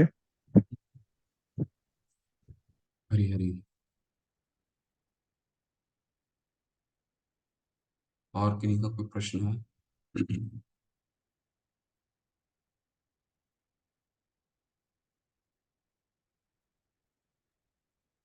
ये प्रभु जी अर्थवाद का मतलब क्या हुआ, समझे नहीं ये बात। अर्थवाद मतलब आप इसको बढ़ा चढ़ा कर समझा रहे हैं, आप इसको बढ़ा चढ़ा कर बोल रहे हैं, इसमें बहुत ज्यादा अर्थ है, निकालने का कोशिश कर रहे हैं। इसमें तो अच्छा। इतना अर्थ है नहीं, हमें तो जीवन में हमें सुख तो कुछ मिल ही नहीं रहा है, इसको करने से कुछ हमें कुछ प्राप्ति नहीं हो रहा है, समझ गए? इसको अर्थ कहते हैं, अर्थवाद। एक्सट्रापोलेट करना है, अंग्रेजी में इसको एक शब्द आता है, एक्सट्रापोलेट करना, मतलब ये समझना कि हमारे आचार्यगण इसको बहुत ज्यादा महामंडन, जिसको महामंडन बोला जाता है ना, इसको इसको बहुत ज्यादा महामंडित करके हमें समझाने का कोशिश करते हैं। हमारे जीवन में तो कोई बदलाव नहीं आया। अगर हम ऐसा सोचते हैं तो जी ये अर्थवाद का बहुत बड़ा अपराध है, हम उसमें बहुत ज्यादा अर्थ निकालने की कोशिश कर रहे हैं। ठीक है, जी, मतलब जैसे मनोधर्मी होते हैं, अपने विचार रखने लग जाते हैं, वही हुआ ना। नहीं नहीं, मनोधर्मी नहीं। जैसे आपने सोचा कि आपके आप बहुत दिन से मंत्र कर रहे हैं, ठीक है, हरे कृष्ण मंत्र कर रहे हैं, और वो आपके जीवन में बहुत कुछ हो सकता है, कष्ट आया है, दुखालयम अशाश्वतम है, तो ऐसा तो हुआ है न, होगा नहीं कि आपके हरे कृष्ण मंत्र करने लगे आपने जीवन में कष्ट नहीं आएगा। जो हमारे प्रारब्ध हैं वो तो हमें भोगना है। तो उस भोगने। समय हम क्या करने लगते हैं, उस समय ये सोचने लगते हैं, अरे मैंने तो इतना हरे कृष्णा मंत्र किया, हमारे गुरुवर तो बोलते हैं, हमारे आचार्यगण ने बोलते हैं कि तो हरे कृष्णा महामंत्र करने से हमारे सारे पाप कट जाएंगे। लेकिन पाप कहाँ कट रहे हैं, हम तो अभी भी दुख का भोग कर रहे हैं। तो ये लग रहा है हमारे जो आचार्यगण हैं, ये महामंत्र में बहुत ज्यादा महामंडन करते हैं, हमारे जीवन में तो कोई चेंजेस हमने देखा नहीं, दुख तो हम अभी भी भोग रहे हैं। ऐसा सोचना ऐसा ही सोचना अर्थवाद ही है। अपराध हो गया ना। हाँ, ठीक बात। बिल्कुल, इसको कहते हैं अर्थवाद का अर्थ। इसमें अर्थवाद, इसमें बहुत ज्यादा हम अर्थ ढूंढने की प्रयास कर रहे हैं। ये ट्रांसडेंटल है। प्रभुपाद जी ने क्या बोला है कि ये जो मंत्र है वो ट्रांसडेंटल है। ट्रांसडेंटल का क्या मतलब है? जो आध्यात्मिक है, जो इस ब्रह्मांड के बाहर का है। तो इसमें हमें हमें अपनी बुद्धि नहीं लगा सकते, क्योंकि हमारी इंद्रियों की सीमाएं हैं, और वो उस ब्रह्मांड के भीतर ही हमारी बुद्धि लग सकती है। इस ब्रह्मांड के बाहर के जो शब्द हैं, वो उसमें हम अपनी बुद्धि नहीं लगा सकते। जो हमारे आचार्यगण ने बताया है, उसको हम उसको एज इट इज हमें उसको अपनाना पड़ेगा, स्वीकार करना पड़ेगा। ठीक है प्रभु। बिल्कुल। हम्म, हरे हरी हरी। डॉक्टर राखी माता, हरे कृष्ण माता। हरे कृष्ण प्रभु जी हरे इसमें जैसे कृष्ण। पॉइंट आता है कि प्रामाणिक गुरु को ही धारण करना है, और प्रामाणिक गुरु के अलावा अगर किसी कोई अधिकृत नहीं है तो उनको गुरु बना बैठते हैं, तो वो गलत हो जाता है। तो इसके लिए तो प्रभु जी हमें ज्ञान योग का सहारा लेना पड़ेगा ना। मेंटल एनालिसिस जब हम करेंगे तभी तो हम ये जान पाएंगे कि कौन गुरु सही है और कौन नहीं। तो भक्ति योग के लिए फिर ज्ञान योग की तो जरूरत पड़ेगी। तो भक्ति योग में तो हम लोग ज्ञान ले रहे हैं ना माता, जो अभी तो ज्ञान ही ले रहे हैं शास्त्रों का अध्ययन कर रहे हैं। देखिए, हमें एक दो चीजों को समझना बहुत जरूरी है। ज्ञान योग का मार्ग, भक्ति योग में ही ज्ञान योग जुड़ा है। हमें अलग से ज्ञान लेने की आवश्यकता नहीं है भक्ति तक पहुंचने के लिए। ठीक है, कि हम पहले ज्ञान ले रहे हैं, फिर भगवान को समझ रहे हैं, भगवान को समझने के बाद हम आचार्य कौन है उनको समझने का प्रयास कर रहे हैं। ये हमें अलग से लेने की आवश्यकता नहीं है। हम भक्ति में अगर हैं तो हम शास्त्रों का अध्ययन कर रहे हैं, और उस अध्ययन अपने साधना के माध्यम से हम अपने प्रमाणिक गुरु को सीख रहे हैं अलग से। देखिए, ज्ञान मार्ग क्या होता है? ज्ञान मार्ग का मतलब ये हो गया कि हम अभी भगवान को नहीं जानते हैं, और हम शास्त्रों का अध्ययन कर रहे हैं। भगवान तो अनेक देवी देवता हैं, हमारे हिंदू धर्म में बहुत देवता हैं, लेकिन इसमें भगवान कौन है? कोई कह रहे हैं शिव जी भगवान है, कोई कह रहे हैं ये भगवान है, कोई ये भगवान है। तो चलिए मैं शास्त्रों का अध्ययन करता हूँ। शास्त्रों का अध्ययन करने के माध्यम से फिर मैं एक निष्कर्ष में पहुंचूंगा कि भगवान कौन सर्वश्रेष्ठ है। ठीक। और जब भगवान को सर्वश्रेष्ठ के रूप में मैं पहचानूंगा, तब फिर गुरु को पहचानूंगा, गुरु कौन है। ठीक है। तो ये ज्ञान मार्ग हो गया। परंतु जब हम कृष्ण भावनामृत में पहुंचते हैं, तो हमें शुरू में ही मालूम है कि भगवान कौन है। और हमारे आचार्यगण ने सारे शास्त्र में लिख दिया है कि कृष्ण ही भगवान है। तो और सारे सभी आचार्यगण, जो हमारे आचार्य का क्या हमारे जीवन में रोल है, तो हमें ढूंढने की आवश्यकता नहीं। तो कृष्ण भावनामृत में हमें शुरू से ही सब कुछ मालूम है। तो हम ज्ञान भी अगर ले रहे हैं, तो हम क्यों ज्ञान ले रहे हैं? आज हम भक्ति शास्त्री क्यों कर रहे हैं, या फिर कोई मार्ग क्यों? क्योंकि हमें सब कुछ मालूम है, भगवान कृष्ण ही भगवान है। ये भी मालूम है, यस्य प्रसाद भगवत प्रसाद, गुरु के बिना हमें भगवान प्राप्त नहीं होंगे। इस हमें सिद्धांत मालूम है, लेकिन ज्ञान योग में क्या है, सिद्धांत ही मालूम नहीं होता है।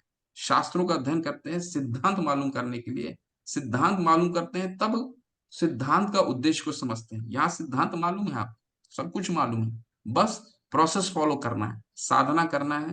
तो गुरु आपको स्वतः ही भगवान आपको प्रकट करेंगे। आपको ये बुद्धि आपकी साधना से प्रकट हो जाएगी, क्योंकि आपको मालूम है, सिद्धांत तो मालूम है। तो कृष्ण भावनामृत का ये एडवांटेज है, हमें सब कुछ मालूम है। Step 1, step 2, step 3, step 4, step 5। अब उसको हम पढ़ते हैं, जैसे आप पढ़ रहे हैं, मैं पढ़ रहा हूँ, सब पढ़ रहे हैं, चर्चा कर रहे हैं। तो बस उसको डिटेल्स में हमें जानना है, कैसे हम गुरु को कैसे चुने, गुरु ही हमें भगवान तक पहुंचाएंगे, ये हमें मालूम है। तो हमें बस वो डिटेल्स में पढ़ना है, डिटेल्स में जानना है क्या मार्ग है। ठीक है। तो ये फर्क है सीढ़ी और लिफ्ट लेने का। ठीक है। तो कृष्ण भावनामृत लिफ्ट है, जहाँ सब कुछ हमको मालूम है, लेकिन ये सीढ़ी लेने में बहुत बहुत समय लगता है। ठीक है माता, कुछ और इसमें प्रश्न है या समझ और विस्तार से समझना चाहते हैं कुछ? एक्चुअली प्रभु जी, जैसा देखा जाता है ना कि अगर मान लीजिए कोई इलिटरेट है या कम पढ़ा लिखा इंसान है, हम्म। जिसको ये सब सिद्धांत नहीं पढ़े हैं, वो केवल हम्म। भक्ति में है, तो हम्म। आजकल के सिनेरियो में तो देखा ही जाता है ना कि बहुत सारे ऐसे गुरुओं को धारण कर लेते हैं जो हम्म। पात्र नहीं है। हम्म। तो फिर वो तो केवल भक्ति योग में चले हैं, पर फिर अपात्र गुरु भी तो मिल गया ना उनको। हम्म। हाँ, बिल्कुल बिल्कुल, आपका प्रश्न ठीक है कि उनके लिए क्या, जो ये शास्त्र को अध्ययन नहीं कर सकते हैं, वो गुरु को कैसे चुने? तो भगवान उसमें 10वें अध्याय में क्या कहते हैं? भगवान 10वें अध्याय में कहते हैं, 10वें अध्याय के 11वें श्लोक में क्या कहते हैं? कहते हैं, तेषाम अनुकंपार्थं अहम अज्ञानम जन्म तमः नाश्य आत्म भावस्तु ज्ञान दीपेन भास्वता। यानी कि जिनको शास्त्रों का उतना ज्ञान नहीं है, या फिर जो जिनको पढ़ना नहीं आता, उनके लिए मैं क्या करता हूँ, ज्ञान दीपेन भास्वता, सिर्फ वो भक्ति में लगे रहते हैं, तो मैं उनके हृदय में ज्ञान का दीपक जलाता हूँ। ठीक है। तो ये भगवान स्वयं उनको हृदय में प्रकाशित करेंगे। और ये कोई बहुत ये नहीं है माता कि अम, एक एक बहुत सारा बहुत एक उदाहरण मैं आपको बताता हूँ। जब चैतन्य महाप्रभु अ, दक्षिण भारत गए थे प्रचार के लिए, तब एक भक्त थे, ये मैंने पहले भी बताया है, एक भक्त थे जो पढ़े हुए नहीं थे, ज्यादा पढ़े लिखे नहीं थे। तो वो भगवत गीता, हाथ में उन्होंने भगवत गीता ले रखा था, और उनके आंखों से निरंतर आंसू बह रहे थे। और फिर जो महाप्रभु, जो उन्होंने देखा उस भक्त को कि तुम रो क्यों रहे हो, तो उन्होंने बोला, प्रभु मेरे गुरु ने बोला है कि तुम गीता का अध्ययन करो, तो लेकिन मुझे गीता का अध्ययन करने नहीं आता। तो प्रभु ने बोला, महाप्रभु ने बोला कि हाँ, मैं देख पा रहा हूँ, क्योंकि तुमने किताब जो है वो उल्टी पकड़ रखी है, तुम क्या पढ़ रहे हो? फिर वो कहते हैं कि नहीं, मुझे तो पढ़ना ही नहीं आता। तो फिर वो पूछते हैं कि तो फिर लेकिन तुम रो क्यों रहे हो? अगर तुम्हें पढ़ने नहीं आता, तो इसमें तुमने ऐसा क्या पढ़ लिया या क्या देख लिया कि तुम रो रहे हो? तो वो कहते हैं कि बस मैंने ये देखा कि इस चित्र है, एक चित्र में भगवान जो हैं वो एक सारथी बने हुए हैं, सारथी बने हुए हैं। अर्जुन के एक योद्धा है, उसके सारथी बने। कहने का तात्पर्य क्या है? वो कहते हैं, भक्त, अनंत कोटि ब्रह्मांड के जो नायक हैं, वो वो कैसे एक सारथी बन सकते हैं, मैं ये सोच करके रो रहा हूँ। तो महाप्रभु कहते हैं कि तुमने शास्त्रों का निचोड़ को समझ लिया। जब ये हम समझ गए कि कृष्ण ही भगवान है, तो शास्त्रों का निचोड़ है। तो ये हमें ज्यादा सोचने की आवश्यकता नहीं है माता की उनका कैसे उद्धार होगा, परंतु उद्धार जरूर होगा। कैसे? क्योंकि भगवान ही उनके हृदय में ज्ञान का दीपक जलाते हैं। उनको क्या करना है? अगर किसी को उनको कुछ भी नहीं आता, तो हरे कृष्ण महामंत्र करने का उनको कहा जाता है। इसलिए सभी मंदिर में आप देखिएगा कि जब मंगल आरती समाप्त होता है, तो मंदिर में कई भीड़, बहुत सारा भीड़ इकट्ठा होता है। उस भीड़ में इसके बाद एक 15 मिनट का आयोजन होता है, सभी को एक एक माला दिया जाता है और बोलते हैं आप हरे कृष्ण महामंत्र कीजिए। क्योंकि उसमें हम शुरू से किसी को भगवत गीता नहीं दे सकते, किसी को पढ़ना आता है नहीं आता ये नहीं मालूम है, लेकिन अगर भगवान की हरि नाम का जप करेंगे तो हृदय में खुद ही ज्ञान प्रकाशित होगा। वो कैसे होगा? वो स्वतः ही होगा। ठीक है, इसको इस तरह से समझने का प्रयास कीजिए मत।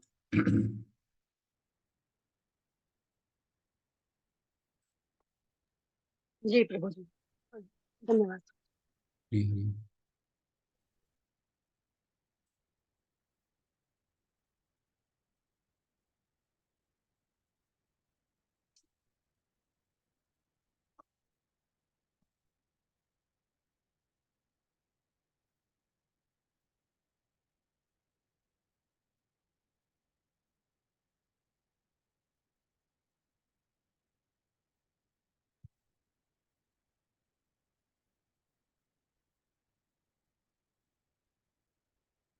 हरे कृष्ण, वंदना माता जी, अनम्यूट कीजिए प्लीज।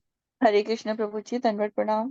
धन्यवाद प्रणाम माता प्रभु जी। जी, जैसे माता जी ने पूछा है, यही डाउट मेरा भी रहता है हमेशा कि ज्ञान के बगैर भक्ति मतलब अधूरी सी ही हो रहती है।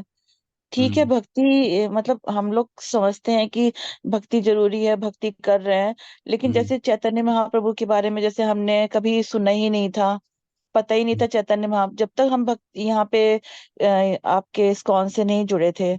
तो ये ज्ञान ही तो हमें मिला ना चैतन्य महाप्रभु के बारे में, कि उन्होंने क्या शिक्षा दी, या उन्होंने कैसे हम लोग को बताया कि महामंत्र ही सब कुछ है। और हरे कृष्ण महामंत्र में भी हरे की ध्वनि क्या है, कृष्ण की ध्वनि क्या है, इन सब के बारे में हम्म जाना हमने, तभी हम भक्ति में आगे बढ़े हैं। तो हम्म हमें भी यही लगता है कि ज्ञान पहले जरूरी है। बहुत से लोगों के मतलब यही डाउट रहते हैं कि ज्ञान के बगैर तो भक्ति अधूरी ही है। अभी जैसे हम लोग लेवल 3 तक पहुंचे हैं, तो ज्ञान द्वारा ही तो पहुंच रहे हैं ना, कि हम समझ पा रहे हैं कि भक्ति के लिए, अगर हम भक्ति में आगे बढ़ना है तो हमें ज्ञान जरूरी है। हम्म। तो ऐसा क्यों बोला जाता है कि ज्ञान नहीं, ज्ञान के बगैर मतलब ज्ञान जरूरी नहीं है भक्ति में? नहीं, फिर थोड़ा सा कंफ्यूजन है। कंफ्यूजन क्या है कि ज्ञान बिल्कुल जरूरी है, इसीलिए तो भगवान ने भक्ति योग के बाद ज्ञान योग 13 से लेकर के 18 तक बताया। परंतु हमें हमने आज क्या पढ़ा है? ज्ञान पे भक्ति डिपेंड नहीं करती। ठीक है, भक्ति स्वतंत्र है, ज्ञान पे डिपेंड नहीं करती। वो कैसे है? देखिए, ज्ञान योग बहुत जरूरी है। ठीक है, ज्ञान योग के माध्यम से ही हम भक्ति, ज्ञान क्या करता है, ज्ञान और कर्म क्या करते हैं, भक्ति को सपोर्ट देते हैं। ठीक है, इसीलिए 1 से लेकर के 6 तक क्या है? कर्म योग है। और 13 से लेकर के 18 तक क्या है? ज्ञान योग है। बीच में गुह्य है, मतलब बीच में भगवत गीता क्या है? बीच में सबसे परम उद्देश्य है, वही भगवत गीता का सार क्या है? भक्ति योग। तो भगवान अगर भक्ति योग के बाद ही बंद कर दिए होते, अगर वो सार रहा था, 12 अध्याय के बाद तो लिखे ही नहीं होते, 13 से 18 तक उन्होंने बोला ही नहीं होता। ज्ञान का कार्य, ज्ञान का अपना काम है। ठीक, ज्ञान मार्ग बिल्कुल जरूरी है भक्ति को सपोर्ट करने के लिए, लेकिन भक्ति योग ज्ञान से स्वतंत्र है।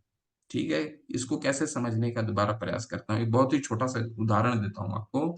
मान लीजिए किसी को मुंबई से पुणे जाना है।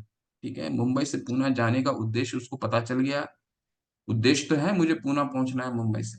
मार्ग कई हो सकते हैं, वो पैदल चल के जा सकता है, साइकिल से जा सकता है, दो चक्के से जा सकता है, ट्रेन से जा सकता है, हवाई जहाज से जा सकता है, बस से जा सकता है, कई मार्ग जा सकते हैं।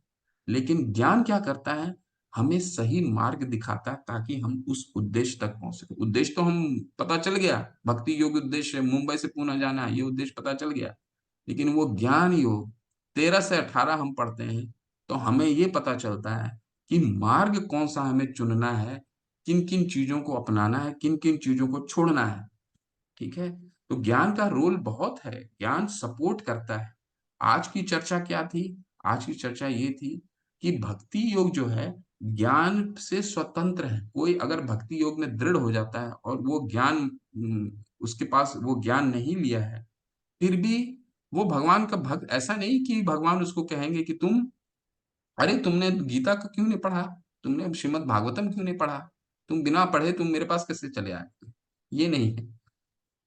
अगर वो भगवान का भक्त है, बिना ज्ञान के, देखिए बिना ज्ञान के तो नहीं हो सकता, लेकिन ऐसे कई है, श्रवण मात्र से ही लोग पढ़ने की आवश्यकता है। देवहूति, माता देवहूति, हमें शास्त्र में कई उदाहरण मिलते हैं। माता देवहूति पहले क्या थी? कर्मयोगी थी, और शून्य मात्र से उन्होंने पढ़ाई नहीं की, क्या किया? अपने पुत्र कपिल, भगवान कपिल से ही उन्होंने सुना और धाम को प्राप्त हुए।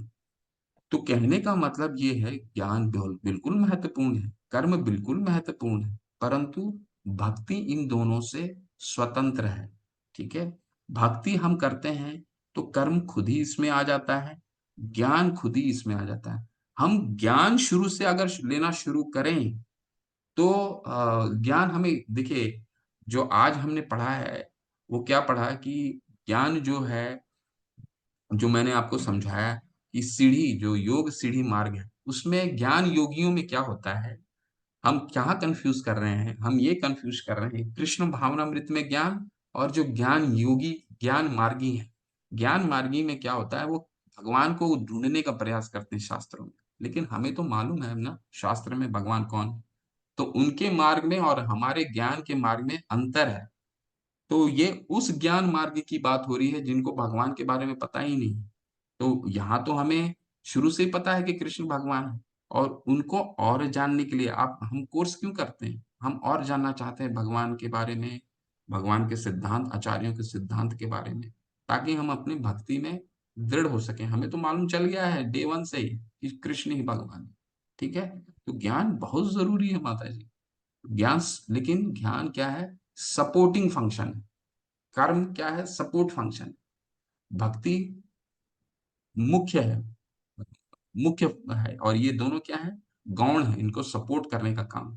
आप मिठाई खाते हैं तो मिठाई हाथ में लेके नहीं खाते हैं, कैसे खाते हैं? प्लेट में लेके खाते हैं। तो ज्ञान क्या है? वो प्लेट है, लेकिन मिठाई क्या है? भक्ति ही होगा। ठीक है, इसको इस तरह से समझने का प्रयास कीजिए। नहीं प्रभु जी, ये एक्चुअली में क्या है कि हम लोग समझ सकते हैं इसको। जैसे अभी हमारे नवरात्र चल रहे हैं, हम्म, तो सब घरों में जैसे देवी जी की पूजा हो रही है। हम्म, हम अगर उनको कहते हैं, मतलब उनको इतनी नॉलेज नहीं है कि कृष्ण भगवान ही सर्वोत्तम है और हम्म, उनकी पूजा करनी चाहिए, उनको पूजा करेंगे तो ऑटोमेटिक सभी देवी देवता की पूजा हो जाएगी। तो ये ज्ञान अगर हम उन्हें देंगे, तभी तो वो आगे भक्ति में बढ़ेंगे। उनको ये इस चीज का ज्ञान नहीं है। तो मेरा हम्म, मतलब यही है कि मतलब ज्ञान तो पहले जरूरी है ना भक्ति में आने के लिए। हम्म। तो ये आपने क्यों हमेशा हम ये लोग को ये बताया जाता है कि भक्ति पहली है? इस प्रश्न का बहुत अच्छा उत्तर देता हूँ आपको कि देखिए, छठे अध्याय में भगवान ने क्या बोला है कि अगर आप भक्ति के मार्ग में हैं और सामने वाला भी किसी ना किसी इनडायरेक्टली भक्ति कर रहा है, हो सकता है पेड़ की जड़ में पानी नहीं दे करके टहनियों को पानी दे रहा है, या किसी और को पानी दे रहा है, जैसे आप बता रहे हैं नवरात्र की पूजा है, देवी माँ की पूजा कर रहा है, तो भगवान क्या कहते हैं? उनको डिस्टर्ब नहीं करना है। कर तो रहे हैं ना भगवान की भक्ति, चाहे वो इनडायरेक्टली कर रहे हैं, कर तो रहे हैं। एक बार समझाने का प्रयास कीजिए, अगर नहीं समझते हैं। देखिए, हमारे पूरे संसार में ऐसे कई लोग हैं जो भगवान के अस्तित्व को ही नहीं मानते हैं। ठीक है, लेकिन जो देवी की पूजा कर रहे हैं वो भी तो भगवान इनडायरेक्टली ही कर रहे हैं, लेकिन उनको हमें डिस्टर्ब नहीं करना। उनको जो मार्ग अपनाया है उन्होंने, उनको करने दीजिए। एक बार समझाने का प्रयास कीजिए।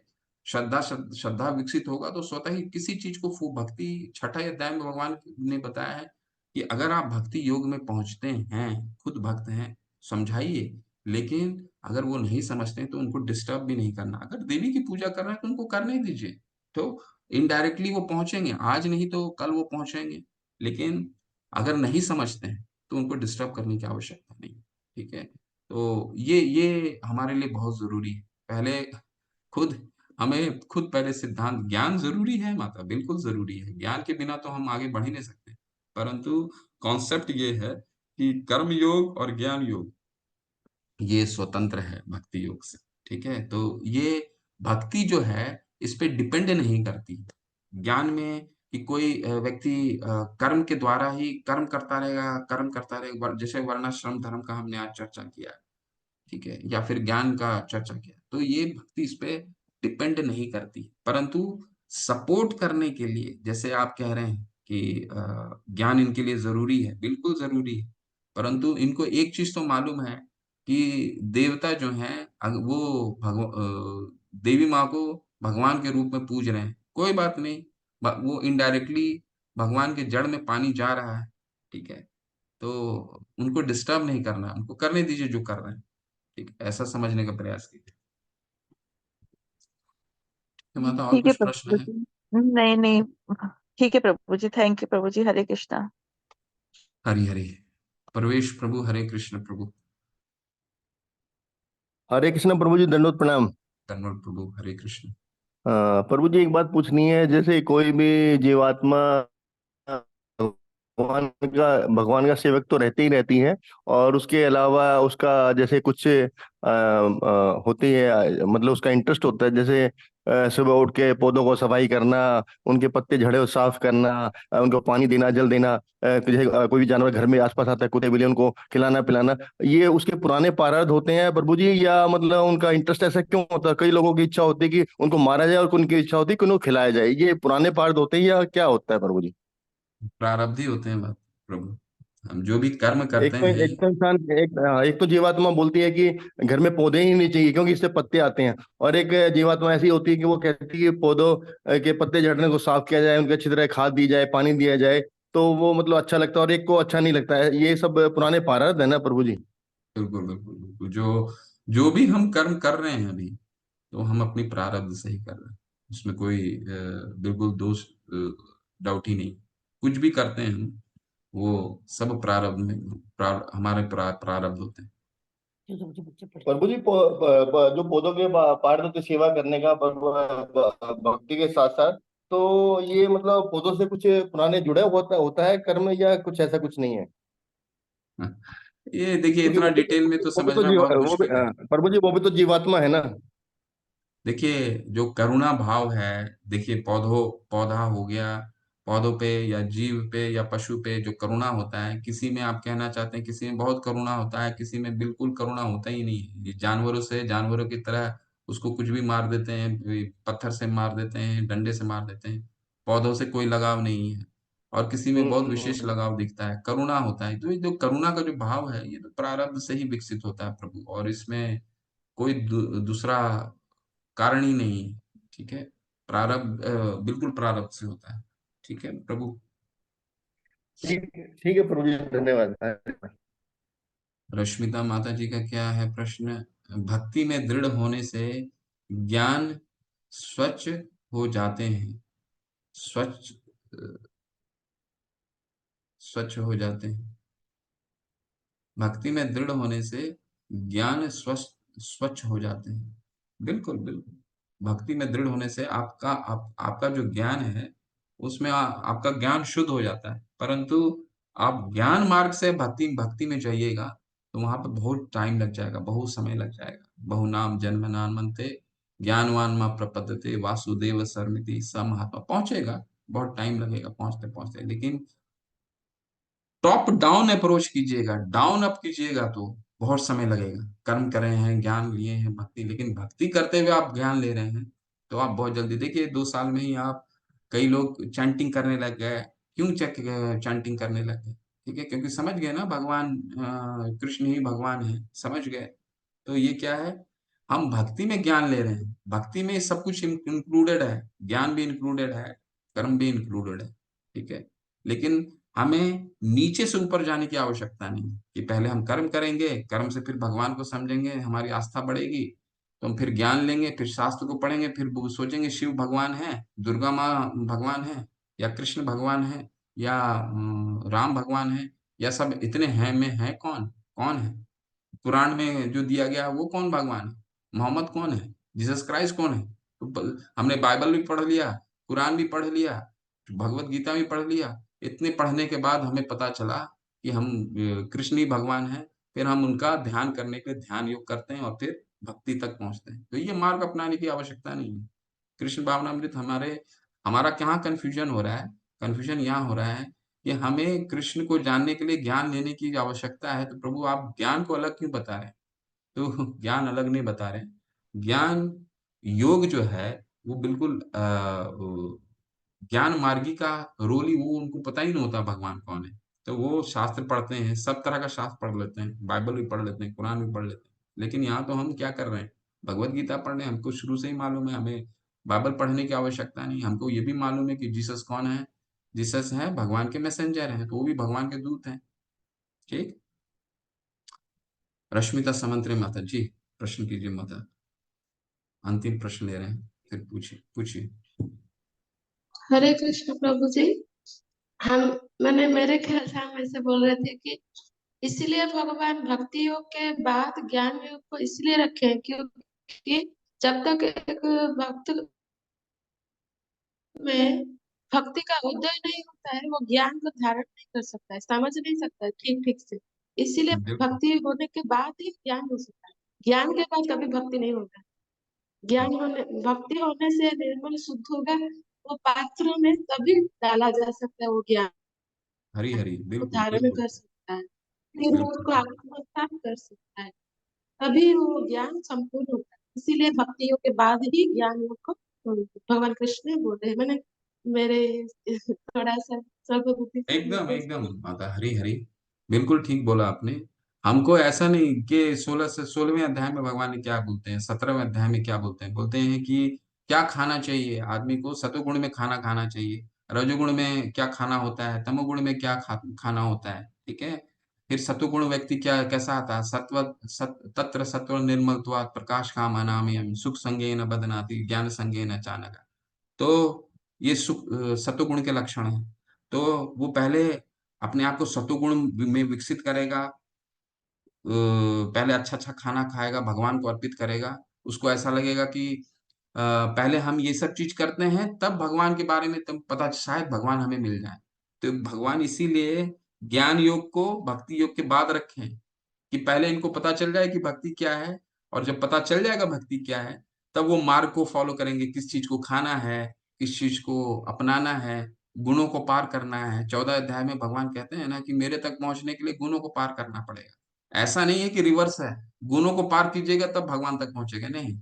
भगवान को जान लीजिए, फिर इनको जानने का मार्ग है कि कैसे गुण को पार करना है, क्या खाना है, इन चीजों को क्या, किस चीज की तपस्या करनी है। ठीक है। तो यही मैं पर समझाने की कोशिश कर रहा था, हो सकता है समझ में ना आया हो, परंतु भक्ति जो है, भक्ति एक बार हम जान जाते हैं तब हमारे लिए ये आसान हो जाता है उन ज्ञान को लेने के लिए।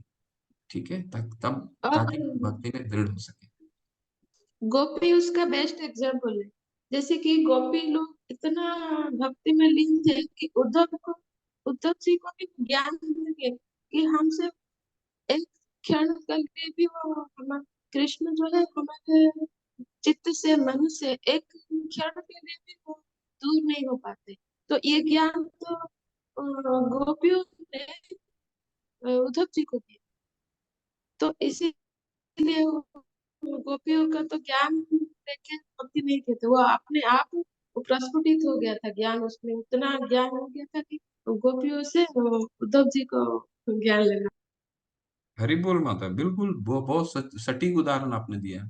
उन्होंने कोई भगवत गीता नहीं पढ़ी थी, भक्ति रसामृत सिंधु नहीं पढ़ा था गोपियों ने, और लेकिन हम उनका ही अनुसरण करते हैं। ठीक है। वो भगवान को भक्ति योग में वो भगवान को भगवान के रूप में पूछते थे, अपने प्रिय के रूप में पूछते थे। ठीक है। चलिए इसमें चर्चा जारी रखेंगे। अगर कोई भी और प्रश्न रहता है, इसको बिना समझे आगे हम नहीं बढ़ेंगे। कोई भी प्रश्न रहता है नोट कीजिए, कल इस पे दोबारा चर्चा कर सकते हैं। हरे कृष्ण।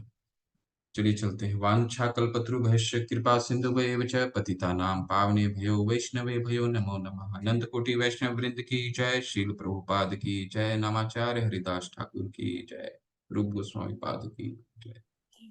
हरे हरे कृष्ण। कृष्ण। हरे कृष्ण प्रभु जी। हरे कृष्ण प्रभु जी। हरे कृष्ण प्रभु जी। हरि हरि। हरे कृष्ण प्रभु जी।